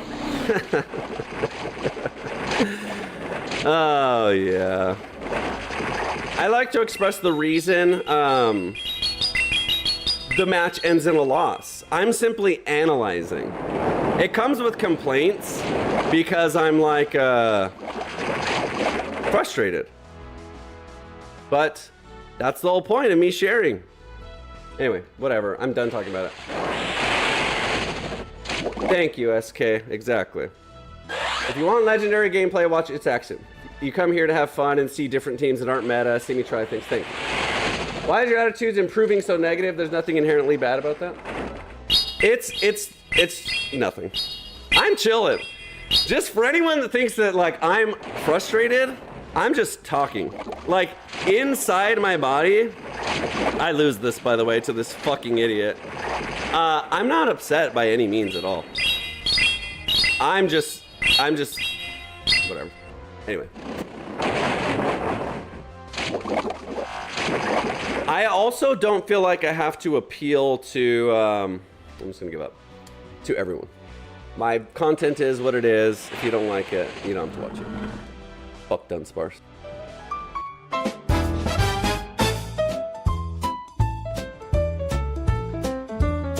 A creature crawls, a sight so grim. It is the ugliest Pokémon ever designed. No vibrant hues, just dull and dim. A visual crime, one of a kind. Oh, Dunsparce, my disdain is true. I absolutely hate Dunsparce, it's you. Looks like a bird, but it's a normal type. My feelings for you, I cannot wait. It doesn't even use normal moves. A travesty, defying all groove. This oddity, a puzzling plight, a permanent stain on my gaming night. Oh, Dunsparce, my disdain is true. I absolutely hate Dunsparce, it's you.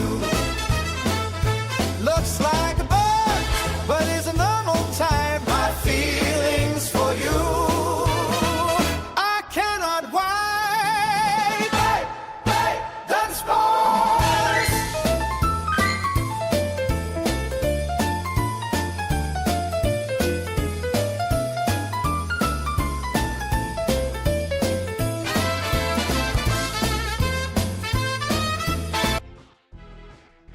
Hey everybody, Luke Superstar, back here with a positive, happy attitude, because no one likes to hear any complaining and all they want is beautiful, magical, wonderful, positive streaming. So now we're going to bring you the positive Luke Superstar experience, so buckle up, enjoy the ride, because we're just going to have so much fun.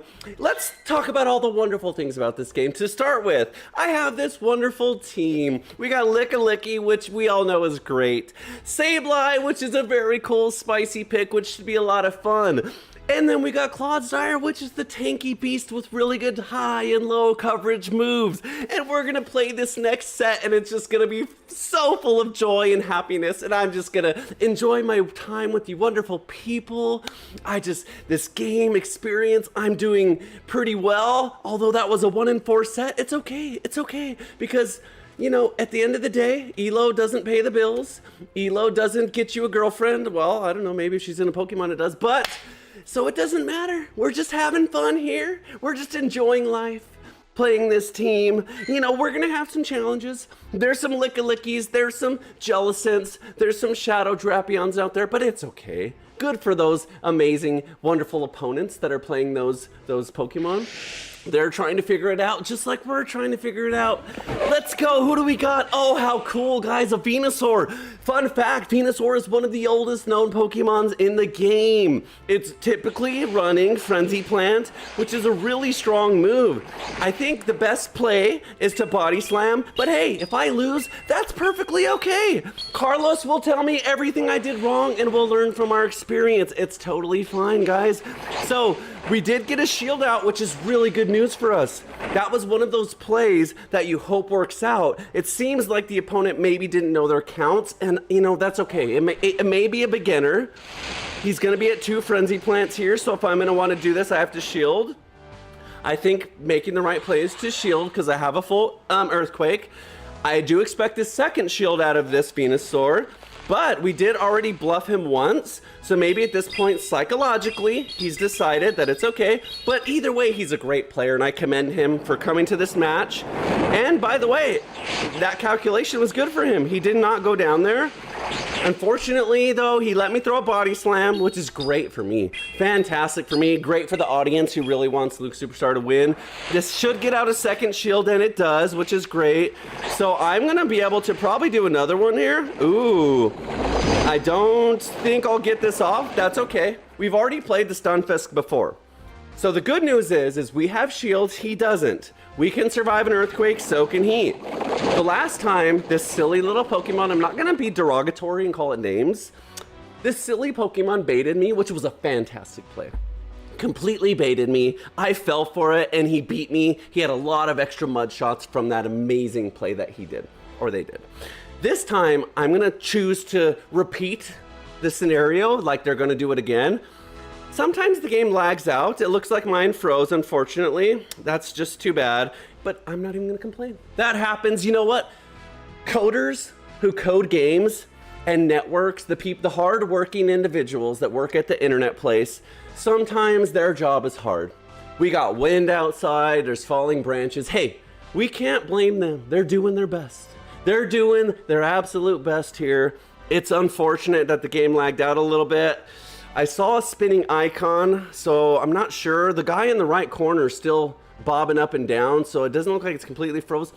We'll just hang out as a lovely chat, couple, positive community here. We'll wait to see if the game responds. We'll wait to see if it gives us a win or loss. The great news, people, Niantic, this wonderful company, Niantic, I have nothing but positive things to say about Niantic. They're just the best. Niantic has already released a preview cup, which is working on exact things like this.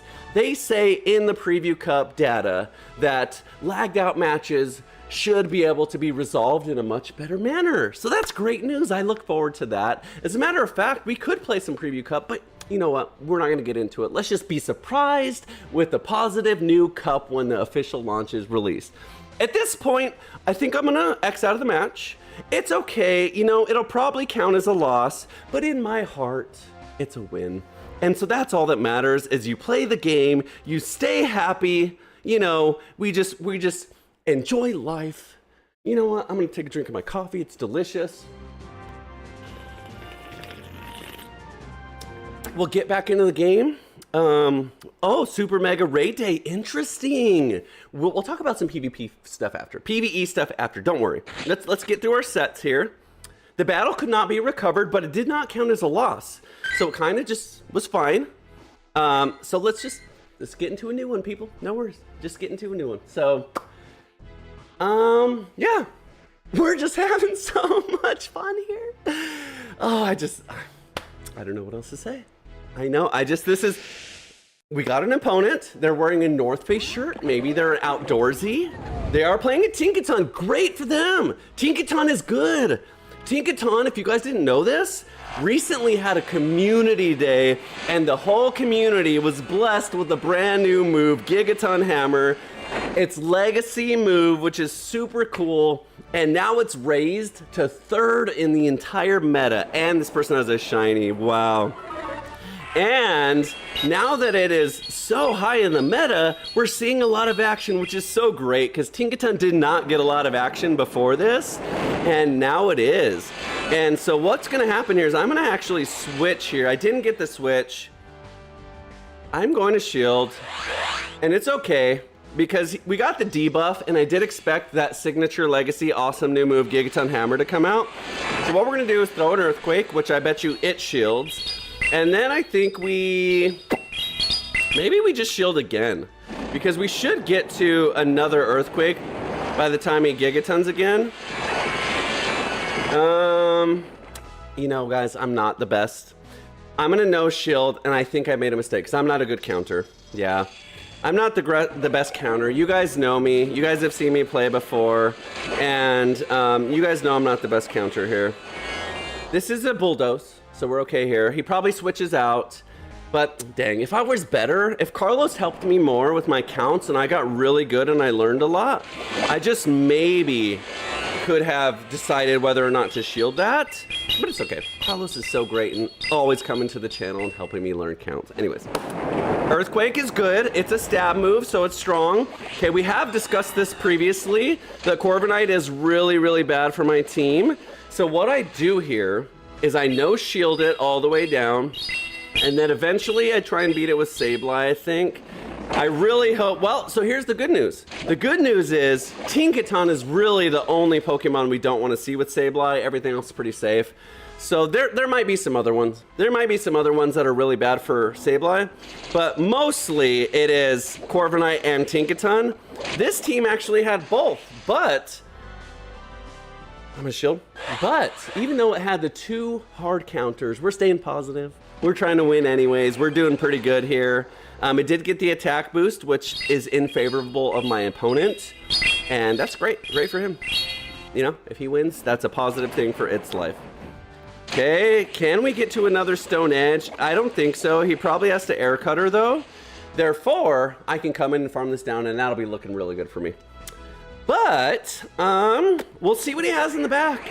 If it's a Wigglytuff, we insta lose. Oh, this is great. This is great news for us.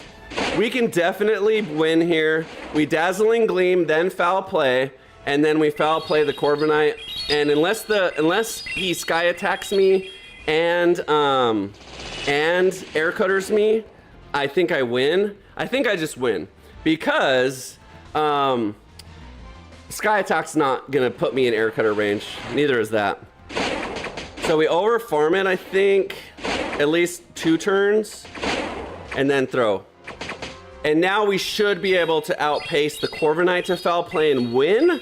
I don't know. I'm not a good counter, so I did not count what they are at. They very well could be at some energy here, but they're not, so we win. So, great match.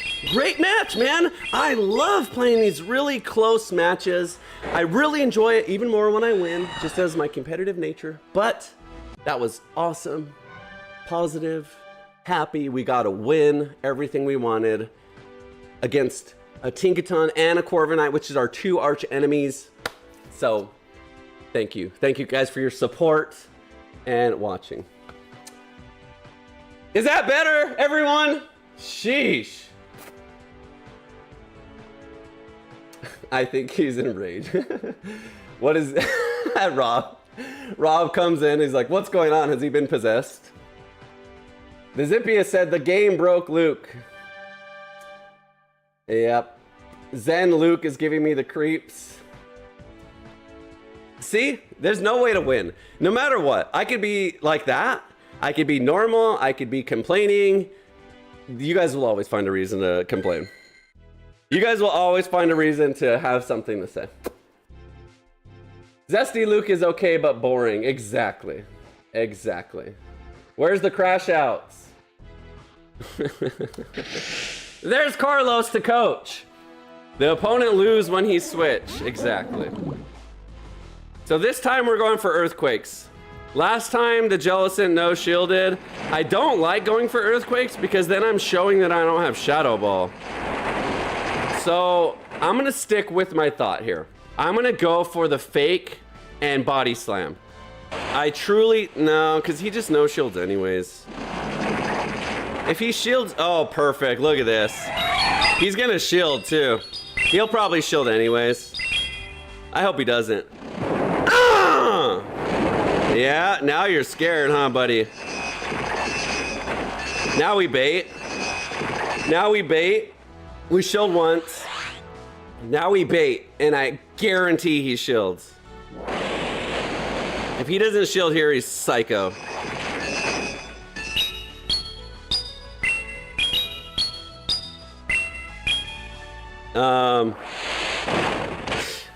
You guys fucking wonder why I crash out so hard, bro.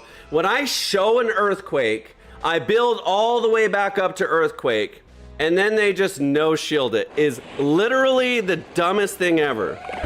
You guys don't understand. You guys don't understand how fucking bad It's not good play, you guys. It's not good play. It's a bad play that works out for a bad player. And that's the shit that frustrates me. Like, I can't play that any different. I played it exactly the best possible way to play it. Now he's playing bad. This shows you how bad this player is. He just switched into Jellicent into a Sableye. That exactly right there sums it up. But guess what? Shadow Ball does 60% of my health anyways. So stupid. But I'm telling you guys, like, this is why I get frustrated. Look at that. Neutral damage. His neutral Shadow Ball did more than my super effective foul play.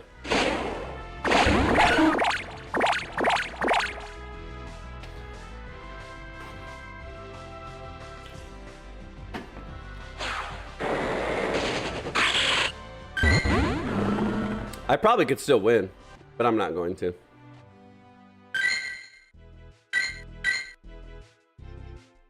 CJ, greetings, my friend Luke Superstar. Hope your day goes better and runs into less tryhard trainers. $4.99. Thanks, CJ. I appreciate the support. You're always awesome. I very much appreciate you and the donation. I don't care. I mean, this is how people play. So you can't turn on the game expecting people not to be this way. Okay, this isn't a gigaton for sure. I know my counts, and this isn't a gigaton. Thank you for the dono, though, CJ. I don't even care about people trying hard. I think that's the beauty of Pokemon, is coming up with teams that are really, really cool. I care about the game creators building a game that is unbalanced and not caring about the player experience. But anyway, thanks for the dono. I appreciate it. Am I hearing Sierra? We could bust out Sierra for the last match. Probably shields now. After we get rid of the Sableye, I mean, Tinkaton, Sableye's pretty free. Jeez. Double steal. Double steal. We just do this. So the good thing is we resist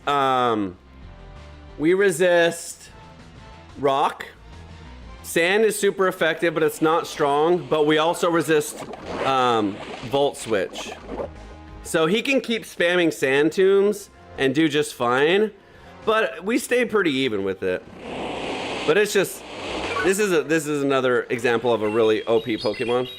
Actually, Fortress is kind of weird. Fortress is OP in many ways, but it's mainly not because of any of its crazy moves, but because of its typing. It's because it has, okay, this is great. This is great. This is exactly what we want. This is one of the few Pokemon we can actually outpace with foul plays. So I'm gonna shield this because I definitely don't need to shield the Fortress. The Fortress isn't gonna hit as hard as the Feraligatr is, so. And our fast move is really strong too. He's running the same fast move, but ours is a stab, so it's a little bit stronger. So let's see what he does. There's one shield. I'll double shield this for sure, for sure, for sure.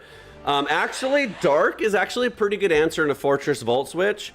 If he had Bug Bite, it'd be fine, but Dark's one of those things that are neutral.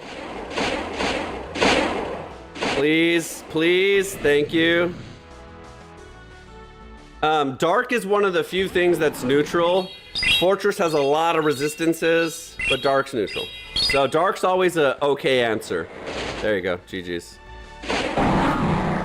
There you go. That team was super OP too, but we got it.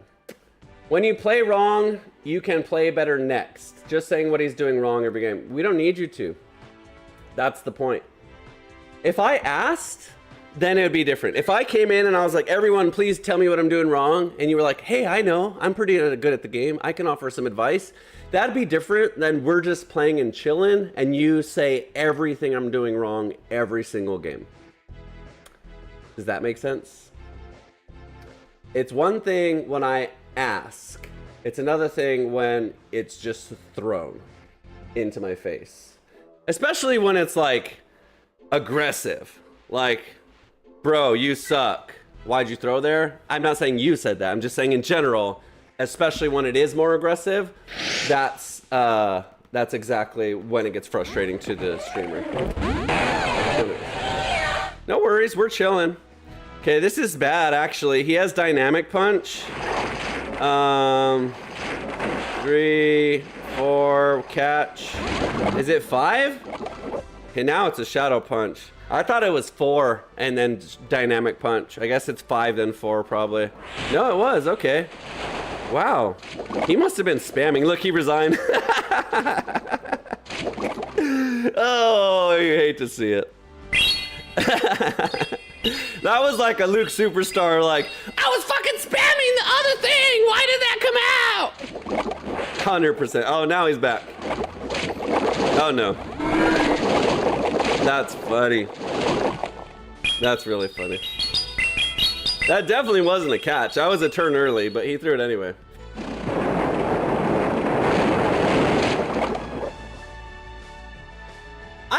I will take advice from anyone, guys. I appreciate everyone here that's better than me. I appreciate sub Sundays when we can all play. It's fine. There's nothing wrong with advice. I'm just saying, like, whenever someone's just having a bad day, they're struggling, they're getting wrecked, and then someone comes in and is like, you're doing this wrong, this wrong, this wrong, this wrong, also this, that just doesn't help them. That's not constructive. Anyway, we got it. You ask why playing badly, then moaning about the game balance. You are clearly a dickhead. I don't care how you order a random game. Cool, later, bro. I don't care. Don't watch me then. Go somewhere else. I don't care. I'm not the streamer that's gonna beg for views. I have fun. I do my thing. If you don't like it, go somewhere else. No problem. I'm not a dickhead. I'm actually a very nice person. I complain about game design things that I think game designers can do better for players. And honestly, in a way, basically all that is advocating for players. I do it in a complainy way. There's sometimes where I just straight up bitch, and I get it, trust me. I even watch my own stream sometimes, and I'm like, God, you're fucking bitching a lot in that one. I get it, that's fine. That's just part of the experience. You ever watch Dr. Disrespect, who has millions of viewers, who fucking goes crazy on his stream about that shit? Yes, exactly. It's the same idea. Like, there's game design elements that are so frustrating, and people go to watch him because they have the same experience. Okay, that was a good catch. So anyways, that's fine. I'm not gonna apologize for complaining about something. Do I get this off? Nope. I think he wins. I think I have a body slam, right? Nope, I don't. Brave Bird probably KOs. Nice. Oh, it doesn't. Wow. Okay. Good job, Licky Licky. For once, my Licky Licky was tanky. Here's a good example. That was a Brave Bird. And like, I feel like Shadow Balls to other Pokemon, not Licky Licky, but are equally as strong as that. Hey, we had a winning set. How about that? Anyway. That was a rough one. That was a rough one. We did have 2 winning sets. I don't even know if the exact counter's right. I think it was pretty bad. It was pretty bad for sure. Yesterday I did really, really good. There was a few things that I think were really, really close. But ultimately, at the end of the day, if your goal is to win every single set, you have to have answers for those OP things. So in the current meta, you have to have an answer for Tinkaton, period. It's just on so many teams, you have to have an answer for it. Steel Fairy has very minimal weaknesses, so you have to have an answer for Steel Fairy. Number 2, you have to have an answer for Shadow Ball users. So the problem is there's so many Shadow Ball users that aren't Ghost. You can't just simply bring a Dark type like I am. And the problem with Sableye is, even though I'm a Dark Ghost, so it becomes neutral, so that one's kind of rough.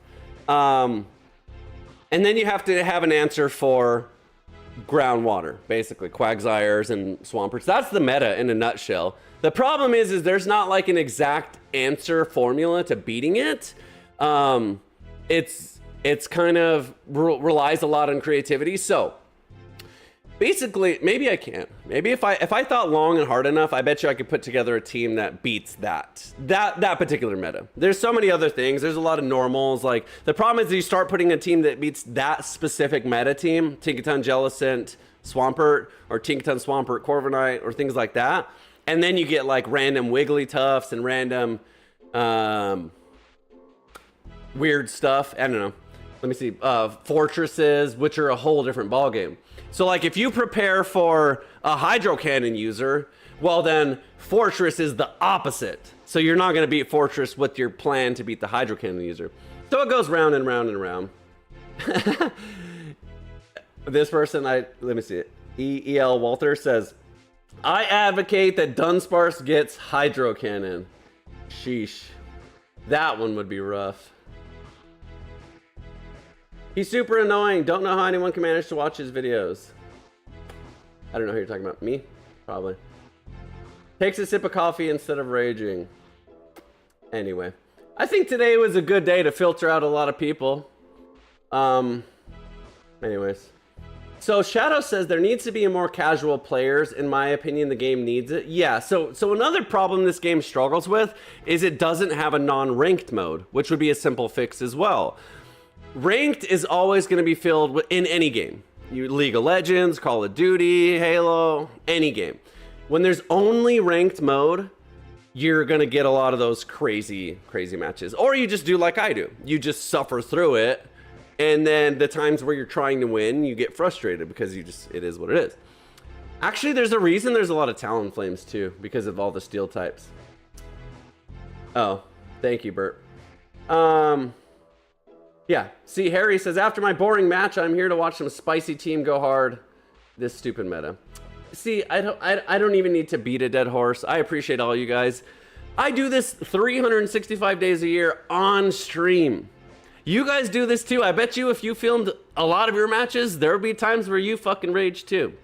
You just get to see mine because I'm on camera. That's the difference. So I appreciate you guys. I know the real G's that are here to support, and they see the roller coaster. They see when I complain, they see when I cry, they see when I scream, they see when I laugh. That's a part of being a part of the experience. How boring would it be if I was the same person who never complained, was always positive? It would be boring. I don't even need to justify it because I already know.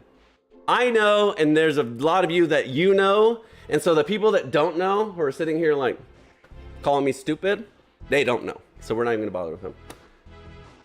Thank you. Yeah, exactly. Jenny's hit it right on the head. The real point is we're all mostly 50-50.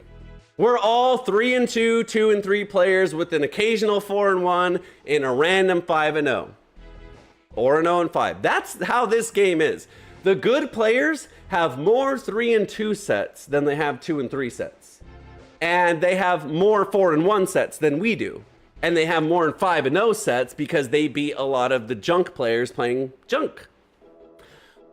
Good players know how to beat these same random teams. Jellicent is not good. If you don't believe me, go play Jellicent for a full day and tell me if you go 5-0 in every set. It has a lot of issues. It's just really good because it has one move. So if you're not prepared for it, it'll run over you. Just like Morpeko will. If you're not prepared for a Morpeko or a Primeape, it'll run over you. So the challenge of this game is understanding what's really brutally hard to beat and coming up with an answer. A great example, this team's actually pretty good. I just didn't play very well, but this team's actually pretty good. A great example is the Fortress team I played, where I had all winning sets except one, I think it was. That team I spreadsheeted. I'll show you. There are times when I break it down. This team I didn't really spreadsheet. Today's team, basically what I did is I just kind of slapped it together and I thought about what was good and what was bad in a nutshell. But let me show you this. Actually, one of these days I'm going to make a video just on my team building, which I think you guys will find interesting. Actually, we can do that right now if you guys want. If you guys don't mind watching something that's not super exciting team-wise, but this is how I build a team. It's simple. There's not, it doesn't look like, you know those serial killer things that have like red strings attached to different pictures and stuff? It's not like that. It's super, super, super simple. Ignore all this stuff in the bottom. In a nutshell, what I do is I start with one Pokemon that's good. So if you really wanted to go crazy, you can start with the Pokemon that's OP. So there's a lot of different ones. So let's clear it out and we'll do it together. If you want to hang out and do it with me, we'll do it together. If not, I get it. This is more exciting stuff to watch. But I'll start with one Pokemon. So let me make it bigger. So I'll start with, let's see, give me some suggestions. Give me some suggestions on just one solid Pokemon. Saltwater Moose says Stunfisk, Malamar, Corviknight. Yeah, that's a good team. So let's do this. Let's start with Stunfisk, regular Stunfisk. Sorry, I asked for suggestions and then I just picked my own. But we'll just do this. Stunfisk. Okay, we can all agree that Stunfisk is solid, right? It has great, great, great stuff. It's just generally solid, tanky, top meta. It checks a lot of boxes, right? Stunfisk, rank 27, great bulk. Same, not very many attack, very spammy. Okay, good energy build. Jenny says I build my team by random craziness. Yeah, I do most of the time. TJ 100 bits. Watch your first episode last night. Very entertaining. First episode of what? Oh, like the very first ever stream? That's funny. If you watch that, that's crazy. It's probably terrible. I probably just sit there and talk about it's probably bad. I'm like, in the first stream I ever did, let's pull it up. I probably talk about what I'm doing, and this was before I was even good at all. So it was probably really bad. So the video's probably bad, the gameplay's probably really bad. Probably a nightmare. The thumbnail's garbage. Ew, look at the thumbnail. Look how zoomed out the camera is. Jeez. Okay. How are they this close? Already raging. I didn't get really, really bad for me. I need block. Thought it was still good. By the way, remember my Pikachu mug that broke? That's it. This is before it broke. Anyways. We've come a long way. Okay, here we go. Oh yeah, Minecraft. Yeah, I used to do a lot of Minecraft stuff. So here's what I do. Okay, we'll do it quick. So Thunder Shock, Discharge, Mud, Bomb. So what I do is I basically map out who we're good into, who we're bad. So Electric is good into flying, water, that's it. Flying and water. Okay, as resisted is grass, electric, dragon, ground. Okay, then same thing, these are the same. So I put the fast move because sometimes you have like a completely different fast move and it does make a difference. Okay, Mud Bomb is good into steel, fire, electric, rock. Ground is really good offensively, by the way, just in general. And poison. Okay, grass. So you can already see a weakness, right? Immediately, grass double resist. So, grass, bug, and flying. So what I would do here is, so here's our defense. So who attacks us hard is water, ice, grass, right? And ground. Yeah, water, ice, grass, and ground. So we resist. What do we resist? Poison, rock, and electric, and steel. And flying. Yeah, and flying. Oops. So this is kind of how I started. I put what we're good into, what we're bad into. Then I have the biggest threats. So right away, and then this is for the second Pokemon. We'll pull this down. So right away, our biggest issue right off the bat is grass types. We don't damage grass, period. Grass resists both. Grass resists our discharge and our mud bomb. So grass is a problem. So I would for sure, in this case, put grass, big issue. All grass.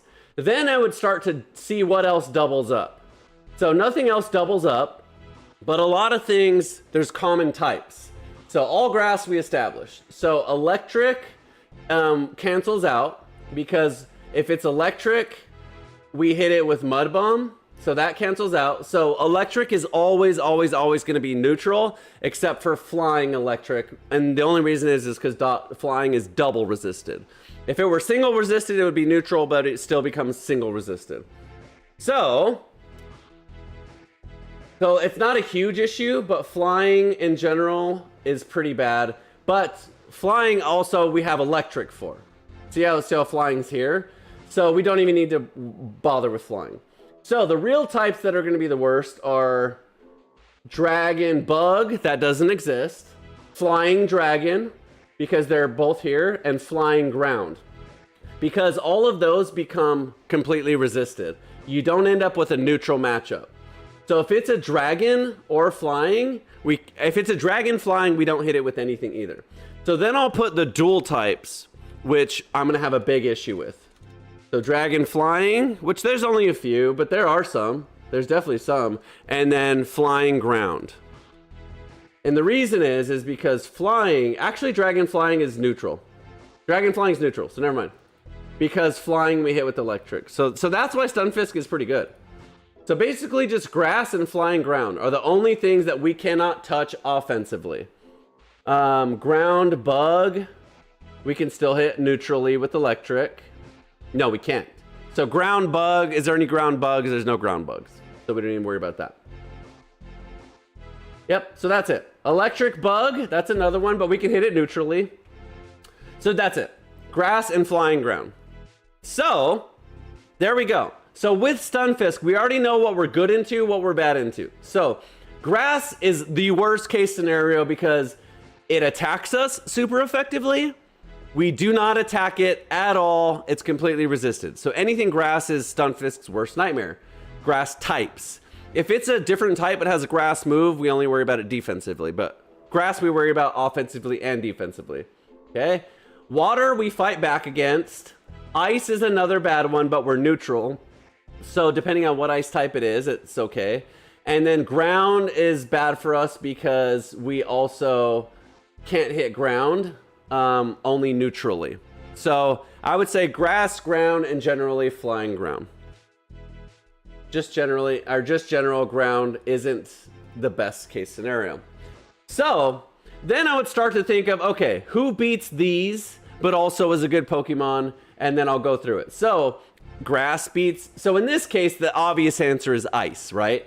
So we attack fire, we attack steel, and we attack rock really, really strong. So we cover an ice type really well. So if we added an ice type to our team, it would work both ways. So right now we're trying to figure out what works with Stunfisk.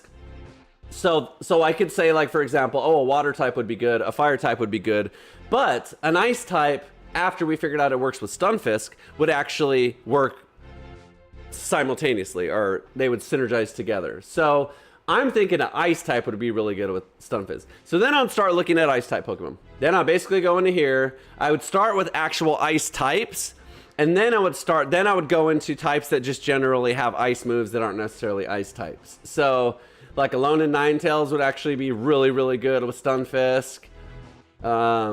Dugong, any of these would be good. So what I would check from here is like just generally their typing. So like Alolan Ninetales is good. What? I clicked the wrong thing. That's Sandlash. I was gonna say that's not right. So Alolan Ninetales is weak to steel, fire, poison, and rock. Guess who crushes all of that? Stunfisk crushes all of that. And then Stunfisk isn't good in a dragon. Bug is so that's actually pretty good. And then ice, we resist ice. So I would definitely start with Ninetales. In this case, I would say it's probably just a good enough answer. I would strictly just go with it. The problem that you would have to now solve is both of those require alignment. So you can't just like slap them together and call it a day. Like you could easily lead a Stunfisk into a grass type, switch into a Ninetales, and they switch into an ice type. So the good thing about either of them is they can both hold their own pretty good. So in this case, you don't really have to worry about having to hard pivot. But what I would do for the third Pokemon is I would say, okay, who crushes Ninetales? So in this case, we're just going to talk just about its defenses. Normally, I'll do the same chart for Ninetales, but in this case, it's going to be Fire, but we hit it back with Chilling Water, Steel, which is really, really bad for us, and probably Rock. So I would say those. Probably Poison too, but a lot of Poison users are also Ground and stuff, so that's fine. So we already have that coverage. So I would say what's neutral, and this is why a lot of people run stuff like Furret and things that only have one weakness. So Fortress is a good example. Well, Fortress is weak to fire too. But so then I have this. Here's another thing. These are the types that only have one weakness. Poison Dark types only have one weakness to ground. Bug Steel only has one weakness to fire. Ground Water only has one weakness to grass, even though it's a double weakness. And then Ghost Dark has only one weakness to fairy. There's also normal Ghost, but that's only Hisui and Zoroark. So anything from this list is where I would probably start. I would immediately cancel out this because we don't want two weaknesses to fire. Ground is okay.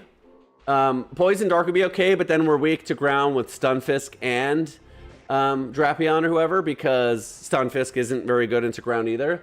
So Ground Water would be great, except for grass, we get destroyed with Stunfisk, so we eliminate that. And then the other one is Sableye or Spirit Tome. So Sableye could be a good answer, but I just played it, so I won't use it now. But I would go through this list next. And then I would say, these are the only one weakness types. I don't see any good options here, so let's move on. And then I would just start looking into double weakness types and other things like that. So I would say right off the bat, what you're really looking for is something kind of neutral. So what do we need to attack card? So right now, we don't hit grass, flying, and ground. They hit all those. We don't hit steel, flying. So probably Steel. No, Steel's okay. Rock is okay. So like Cradilly would be really bad. Nah, I guess Ice is pretty good.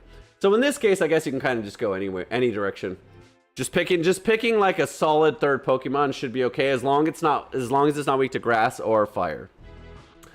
So like you could go Wigglytuff here, but then you're double fairy, so you have a double weakness to poison. Empoleon's weak to ground. Altaria. What's Altaria weak to? Ice. Then you're weak to ice with Stunfisk, so we don't want that. Azumarill is great. Azumarill's great. You're double weak to poison, so that's the only thing, but Azumarill would be great. And grass, actually, so never mind. Lickilicky's obviously fine. Medicham could be pretty good. Medicham's weak to Ghost, Fairy, Flying, which you have two answers for flying. Fairy is neutral and Ghost is neutral. But the problem is there's so many Shadow Ball users that are just general. Mr. Princess says, why not Tinkaton, Primeape, or Dunsparce? You can go Primeape here too. Primeape would be fine. I'm thinking about Pokemon I have. So I wouldn't even think of that because I don't have one built. I need TMs. Primeape is on my list to build for sure with TMs. But yeah, Primeape would be a great example. Morpeko would be good too, but then you're double electric. So Medicham would be an example of a good one. The next thought you have to have is the current meta. So even though this team on paper is good, in the global system doesn't also mean it's good in the current meta, which has a lot of Ghost. Grumpig is an example. Grumpig can just rip Shadow Balls to your whole team. You don't have anything super effective to Psychic. So one thing you have to think about, the third piece of the puzzle, is not only what you're good and bad into, but what also is neutral that wrecks you. And that's why you generally need, probably as a third pick, something neutral. Corsola could be fantastic. Not only do you have Astonish and Nightshade, but you have Power Gem as a coverage move. Rock doesn't really help you too much. It'll help a little bit with the fire. You already have answers for flying. It'll help with Bug. So it could help with bug, but we're not super weak to bug. Malamar's just generally good. A good neutral matchup. Dark, bug, and fairy. So we don't have a huge answer for bug, so we probably wouldn't pick that. Dusclops would be cool. So I don't know. I don't really have a third one right off the bat, but you can see the process. Cradilly would actually be great. Grass and rock. No, you're double weak to ice. Polytoad, double weak to grass. Chargebug's great, actually. Wow. I don't have Volt Switch, but then you're double weak to fire and rock. Greedent. Furret's fine. Furret would be great on this team. You could easily put Furret on the team. Why would you want to? You could beat Ghost, which is neutral. You could beat Fighting with Ninetales because it's a fairy. Nah. Stunfisk doesn't really deal with fighting, and Furret doesn't really deal with fighting. Guzzlord would be cool if I had a Guzzlord. Diggersby would be great. Moltres would be great. I mean, all these are fine. As long as they're not weak to grass or fire, they're fine. So Kingdra would be interesting because even though it's water, it is neutral to grass, but it doesn't have water move. That's good. Bastiodon could be good. You're double weak to ground though. Gourgeist would be good. Gourgeist is weak to fire though.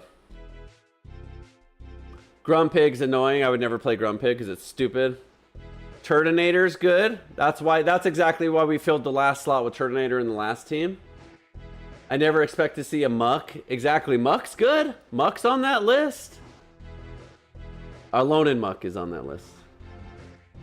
So what do we really want? Bug would be a good type. No, except we're double weak to fire and rock. So what type do we need? Ooh.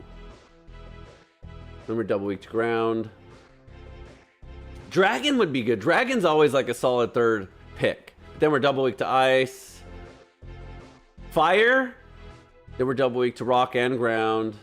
So here's a good example. We don't want fire because as cool as fire is, it wouldn't help this team.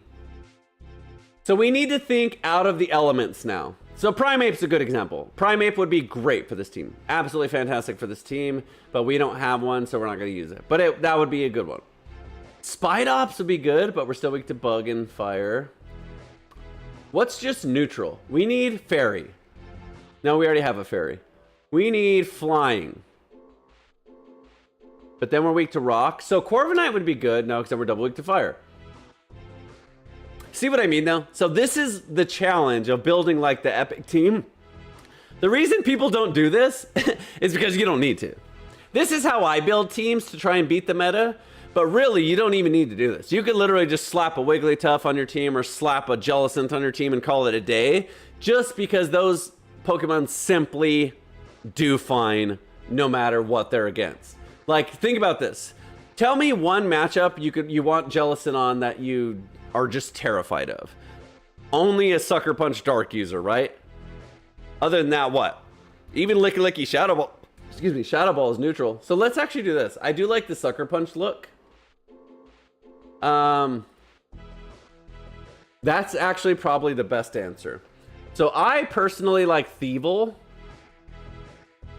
So Thievul is only weak to bug, fairy, fighting. We don't have any of those weaknesses on my current team. We actually resist bug with Ninetales. We don't really hit bug super effectively, but we hit it neutrally. So this would be good. Dark, Psychic Ghost, so maybe Thievul. This would be a good idea. Thievul. So the team would be... This is a good team. Here we go. I played all the sets, right? Okay. So Thievul is actually a pretty good lead too. Thievul, Stun, and Alolan. Actually, a Ninetales would probably be the best lead. So there you go. This would be a fun team. This is not a team you would see playing against in the current meta. If someone plays this exact team, please let me know. Wait, what? Yeah, you're right. No one's gonna play this team. This is a team I would play. I just broke down all the reasons why I would do good. So, what would happen is you would see me play this team tomorrow, and then I would get wrecked by Jellicent, who we have 2, 3, 4 Pokemon that beat him. Jellicent beats Ninetales, but Thievul and Stunfisk actually both beat Jellicent on paper. And then I would get frustrated. Why? Not because they out IQ'd me. They didn't maybe they outplayed me and that's fine. But they didn't out team build me. They out statted me. They out OP moved me.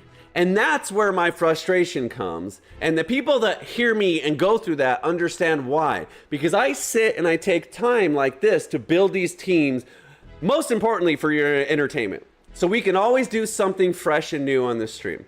But number 2, to be anti-meta and try new things.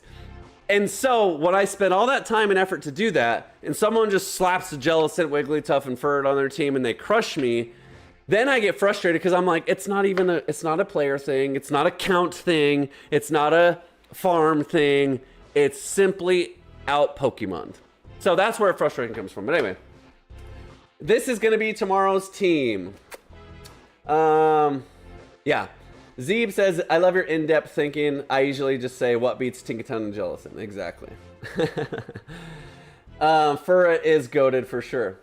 So, this could be tomorrow's team.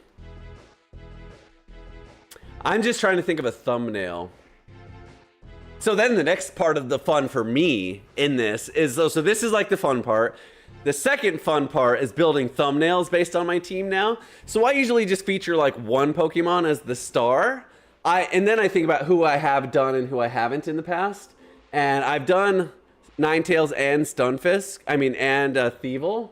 So I could easily make this team my team tomorrow and make Stunfisk the star, which is kind of weird because there's the Thievul right here. And the Ninetales was a while ago, right here. That's a cool thumbnail. I love my thumbnails now, though. My thumbnails have really evolved far, too. But, I definitely don't have Stunfisk as the star of a thumbnail. But also, Stunfisk is a weird shape.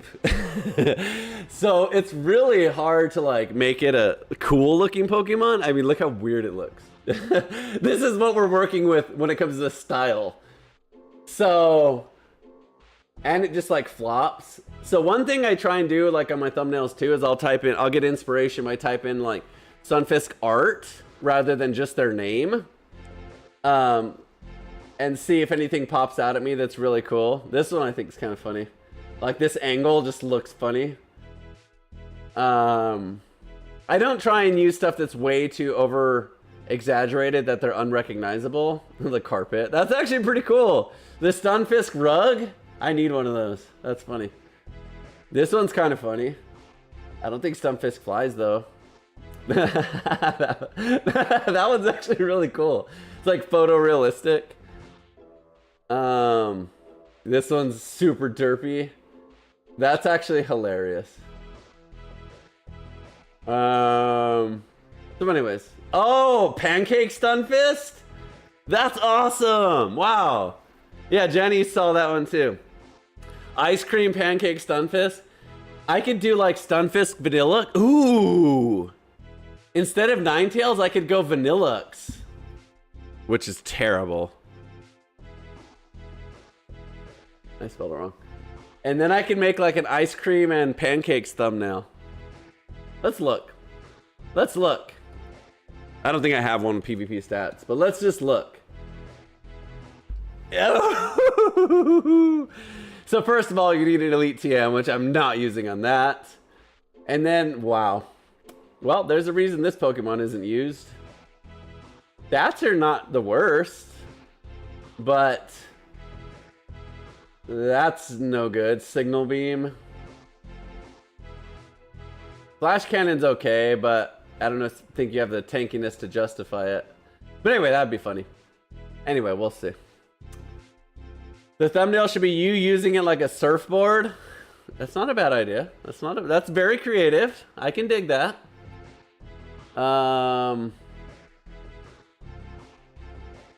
Surfboard's kind of cool. Whoa, check that out. What if it did have a Mega Evolution and it looked like that? That'd be super cool. This is an interesting angle. Look at this one. That's very interpretive. That's a cool thumbnail. I like that the Sneasler's in like a actual cat pose. That's pretty funny. Look at this Incineroar. Yikes. That's hilarious. I wish I could illustrate like that. Ew, look at this one. Yikes. That's terrifying. That's pretty funny though. It's pretty clickbaity. Look like this. Oh, this is cool. I like this thumbnail. I like this style. Like, we're just trying to, this is probably Axon's, right? Just based on the colors. I don't like this. This doesn't get me excited. Obviously the content's good enough that you could use it. I would rather see this one than the other one, but that's just me. I guess we're gonna use it like a surfboard. Wow, look at that card. That's freaking epic. I'm not big on collecting, just because it's too expensive, really. Anyway, I'll figure out something. I don't even know if this is the team I'm gonna use. I just wanted to walk you guys through a process on how I do it. By the way, you guys, I have a hilarious commercial coming down the pipeline for merch. So merch comes out May 1st. I've shown you guys all the stuff. The commercials laugh out loud funny. Basically, okay, I'll give you a teaser. The commercial is shot like an old, like stupid, funny infomercial. Like where it's just over the top stupid. Where it's like, okay, I'll give you the opening scene. The opening scene is me standing with my back and turning to the camera and be like, oh, hey. Like, how dumb is that? Like, that's what people used to do in the 90s that they thought was catchy. So anyways, and then I got like 90s background, Saved by the Bell style background, and it's really funny. But it's gonna go over the stuff. I'm not gonna do a teaser right now because you have to see it and it's not done. I have a lot to work on it still, but I have the core of it built. I have to do all the animations and stuff, so I'm not gonna tease it yet. In the next few days, I'll give you a teaser. It'll be done probably by today or tomorrow. And actually, once it's done, I'll start letting it out to build up hype for May 1st. But, exactly. It is, exactly. Set it and forget it. It is hilarious. That's all I'm gonna say. Oh, my neck. Yeah, exactly. Got that Billy. Yeah. And what's funny, too... yeah, TX2Z, we're done with our set, so we're just chatting and chilling. IRL stream! Just kidding. I'm talking about a commercial for the merch.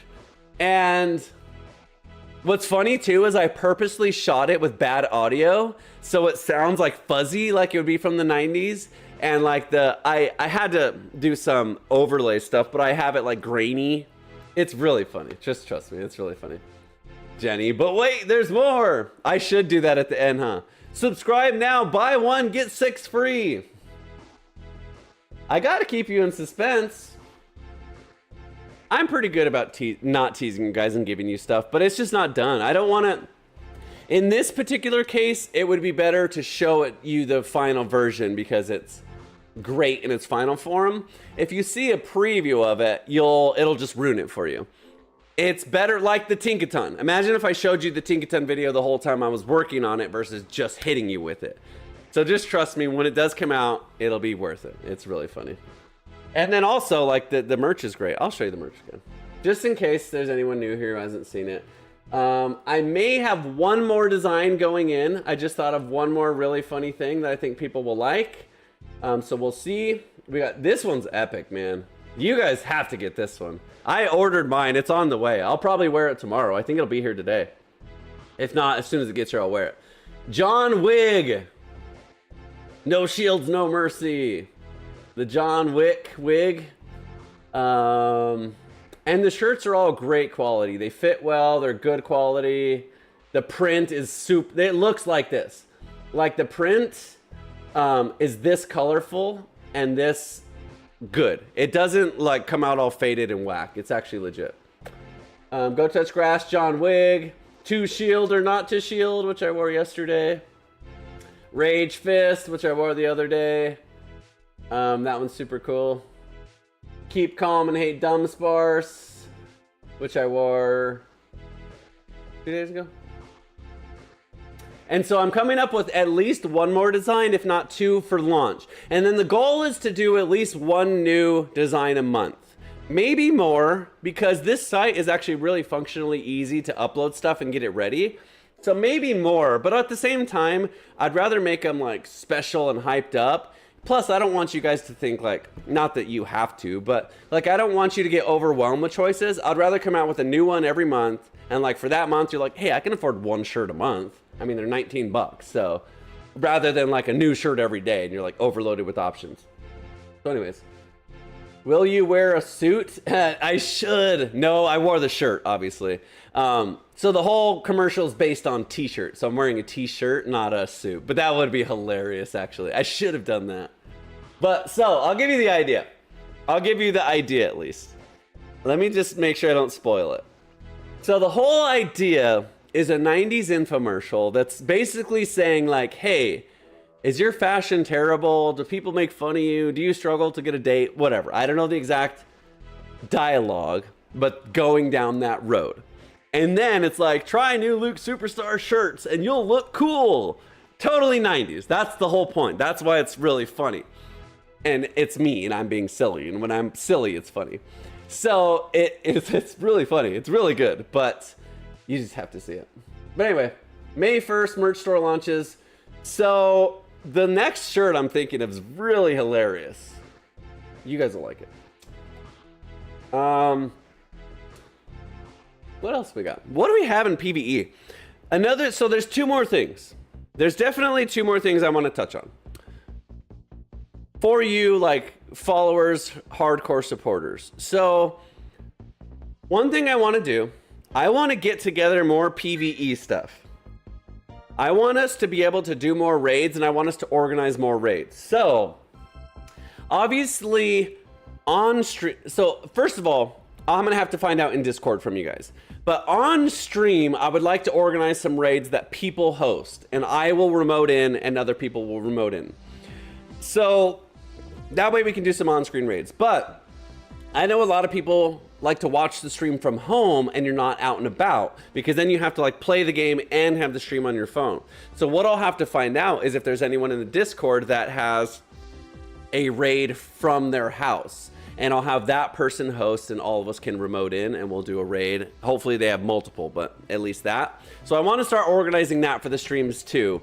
And so at this time I can say, hey, we're going to start out with the raid. Anyone wants to be invited, here's the invite, you know what I mean? And we'll organize it. I think that'd be cool. Oh, I should have Pikachu do a cameo. I don't have him in the cameo, probably not, but it's okay. And yes, I have a green screen for the double roll, exactly. I fully baked. So I want to organize some more PvE stuff with you guys. And then the second thing, which I've talked about yesterday on Sub Sunday, is organizing more battle events between our entire Discord and our entire following community as well. Like more like a Wednesday night battles where you just come in, whoever's there is there. We all play each other. It's not streamed. I'll stream my matches, but basically everyone plays everyone and saves the totals. What you can do is you can screen record your match, and then we'll look at, after the whole thing's finished, some of the matches. And I think that would be fun. So we'll organize that. I keep saying that, but I need to do it. Probably after May 1st. Let me get all the merch and everything going and organized, because that's a lot of work, and then we'll go from there. But anyways, those are some things to look forward to. So I'll shut up now. I know I pissed off a lot of people. I probably lost half my following today, but whatever. I appreciate the people that understand that this game has its ups and downs. And I know complaining never looks good. Raging is different. Just being a crybaby isn't the most enjoyable watching experience. I need to work on that. I do need to work on that. I'll try not to do that anymore. But at the same time, like if I do, you know, bear with me. You guys rock. Thanks for the subs. The donos, CJ. And I think it's just CJ today, right? Yeah, CJ with the $4.99 and the 100 bits. You rock, brother. I Fully Baked says, this game is ass. You can complain all you want, brother. Thank you. Thank you. Thank you for saying that. I mean, I can do it more constructively, too. I don't know why I went to this screen. Here we go. I'm just clicking all over the place. This one. We're here thick and thin. Team Luke. Thank you, Jenny. All right. Now I'm just rambling. So, merch coming, everything, we're good. Have a good day. I don't know. Another 100 bits. Some biddies for the road. Thanks, bro. That's a Pikachu ice cream right there at the very end. Thanks, motherfucker. Pikachu shouldn't cuss. Bad. Bad Pikachu. Yeah. Yeah, I'm gonna come up. Oh, Jenny. Oh, that was Jenny. I thought that was CJ. My bad. Thanks, Jenny. Tomorrow's team. Let's just go full spice. Screw it. I don't know if we'll do that team I just built. Let's look. Let's look. Who have I wanted to play but haven't yet? We'll just do this. I will pick a Pokemon right now, and then I'll do that same building experience that I build around it tomorrow. I feel like this order changes all the time. I don't know if I'm like losing Pokemon and transferring them, or what the deal is, because I normally have it based on CP. Oh, you know what it is?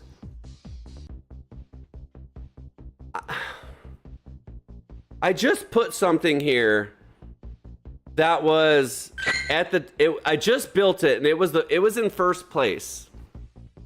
Now it's not there. I'm trying to remember what it was. Do the ones that are tied in 1500 like get random orders sometimes? Because it was Hatterene. Hatterene was 100% in the first slot before. It does. Okay, wow. Every time you do it, it's random? That's weird. Wheezing, Tentacruel, Talonflame. Now it's not doing it. That's so weird. Does anyone know how that works? See, now it's Azumarill Oinkologne. Whoa, did you guys know that? I always trip out. No wonder my shit's always in weird orders. I thought that I was like accidentally transferring stuff because I'm like, I knew it was on the right-hand column. Interesting. Wow. You guys knew that? Did you know that? Or is this tripping you out too? I did not know that. That is mind-boggling to me. I never knew that. I'm always looking for stuff and I can't find it. Now I know. It's just randomly reorders it. Interesting. I have an idea for another challenge video too. I was thinking of a video that is like, it starts with me using 1500 CP Pokemon, and every time I win, I have to lower the CP by 10. So theoretically, we could start at 1500, go down to 25 matches if we won all 25, which we never would. But theoretically, we could go down all the way to like 1300. I only really go down to 1450 is like my lowest CP. So if we won 5 matches, we would be low. So basically, it's like every time I win, I go down in CP. Maybe we'll go by 5 stages of 5 and not 10. Because how many wins is 10? 100? Yeah, it would have to be 5. That'd be a fun video. Would you guys be interested in seeing that? I'm kind of new to PvP. Would you say it's worth to upgrade a Pokemon with mid IV but is generally good? Only if it's not a Pokemon that's common to catch. So, for example, if it's like a Licky, which there's not a lot on the map and you don't catch a ton of them, and you find one that's decent IVs, not bad, but decent, then I probably would. But if it's like a freaking, what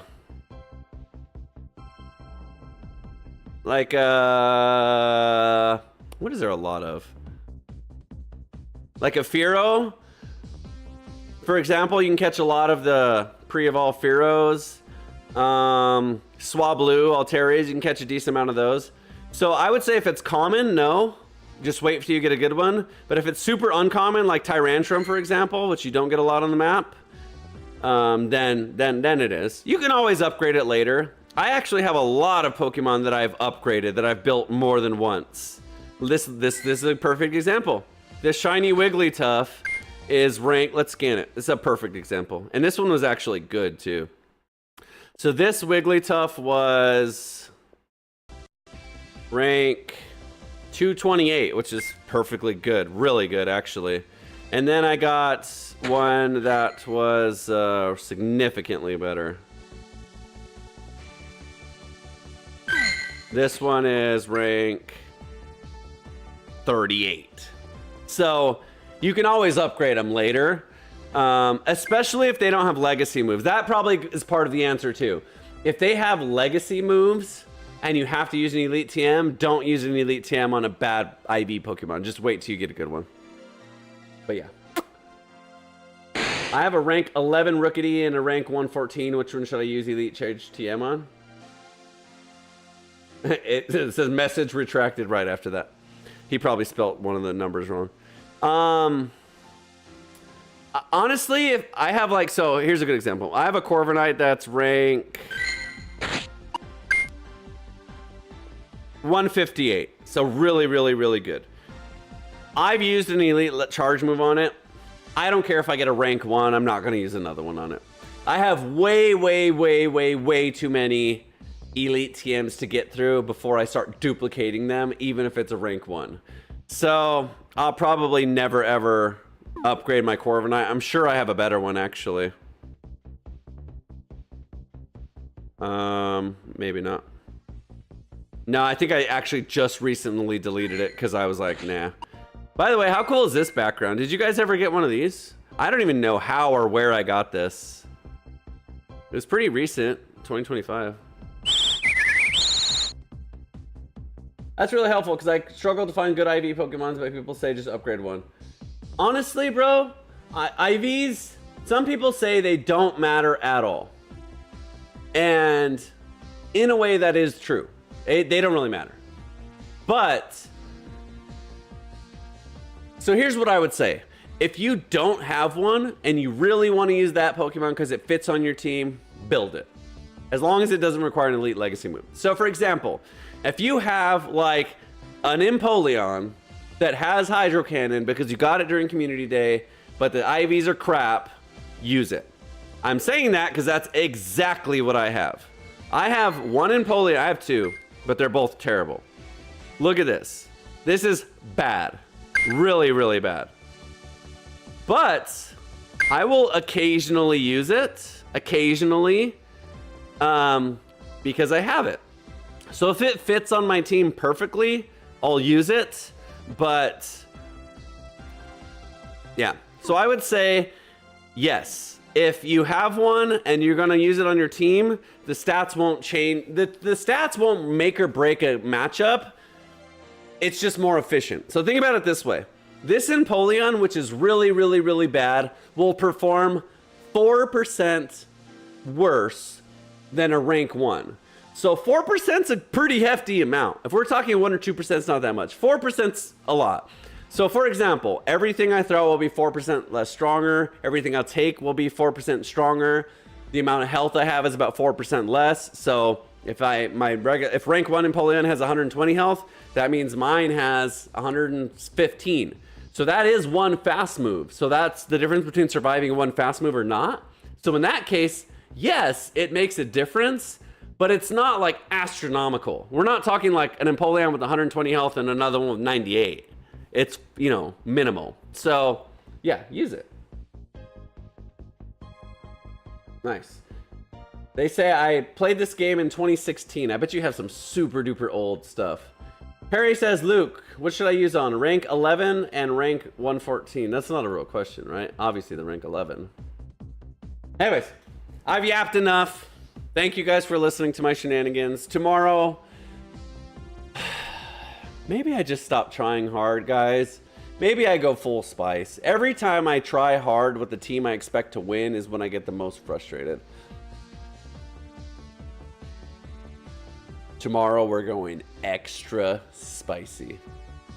We're talking habanero on your tongue, you get some on your finger, then you touch your eye, spicy. Ah! That kind of spicy. Okay, have a wonderful day. I love you guys. Thanks for watching. See you tomorrow. Luke Superstar is a legend. The best Pokémon trainer in the world. He always wins every fight. Woo!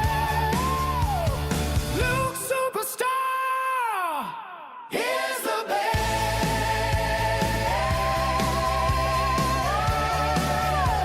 The best Pokémon trainer in the world. He always wins every fight.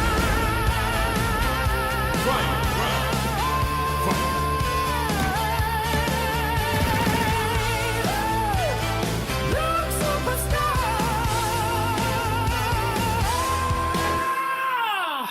Oh, yes! Yes!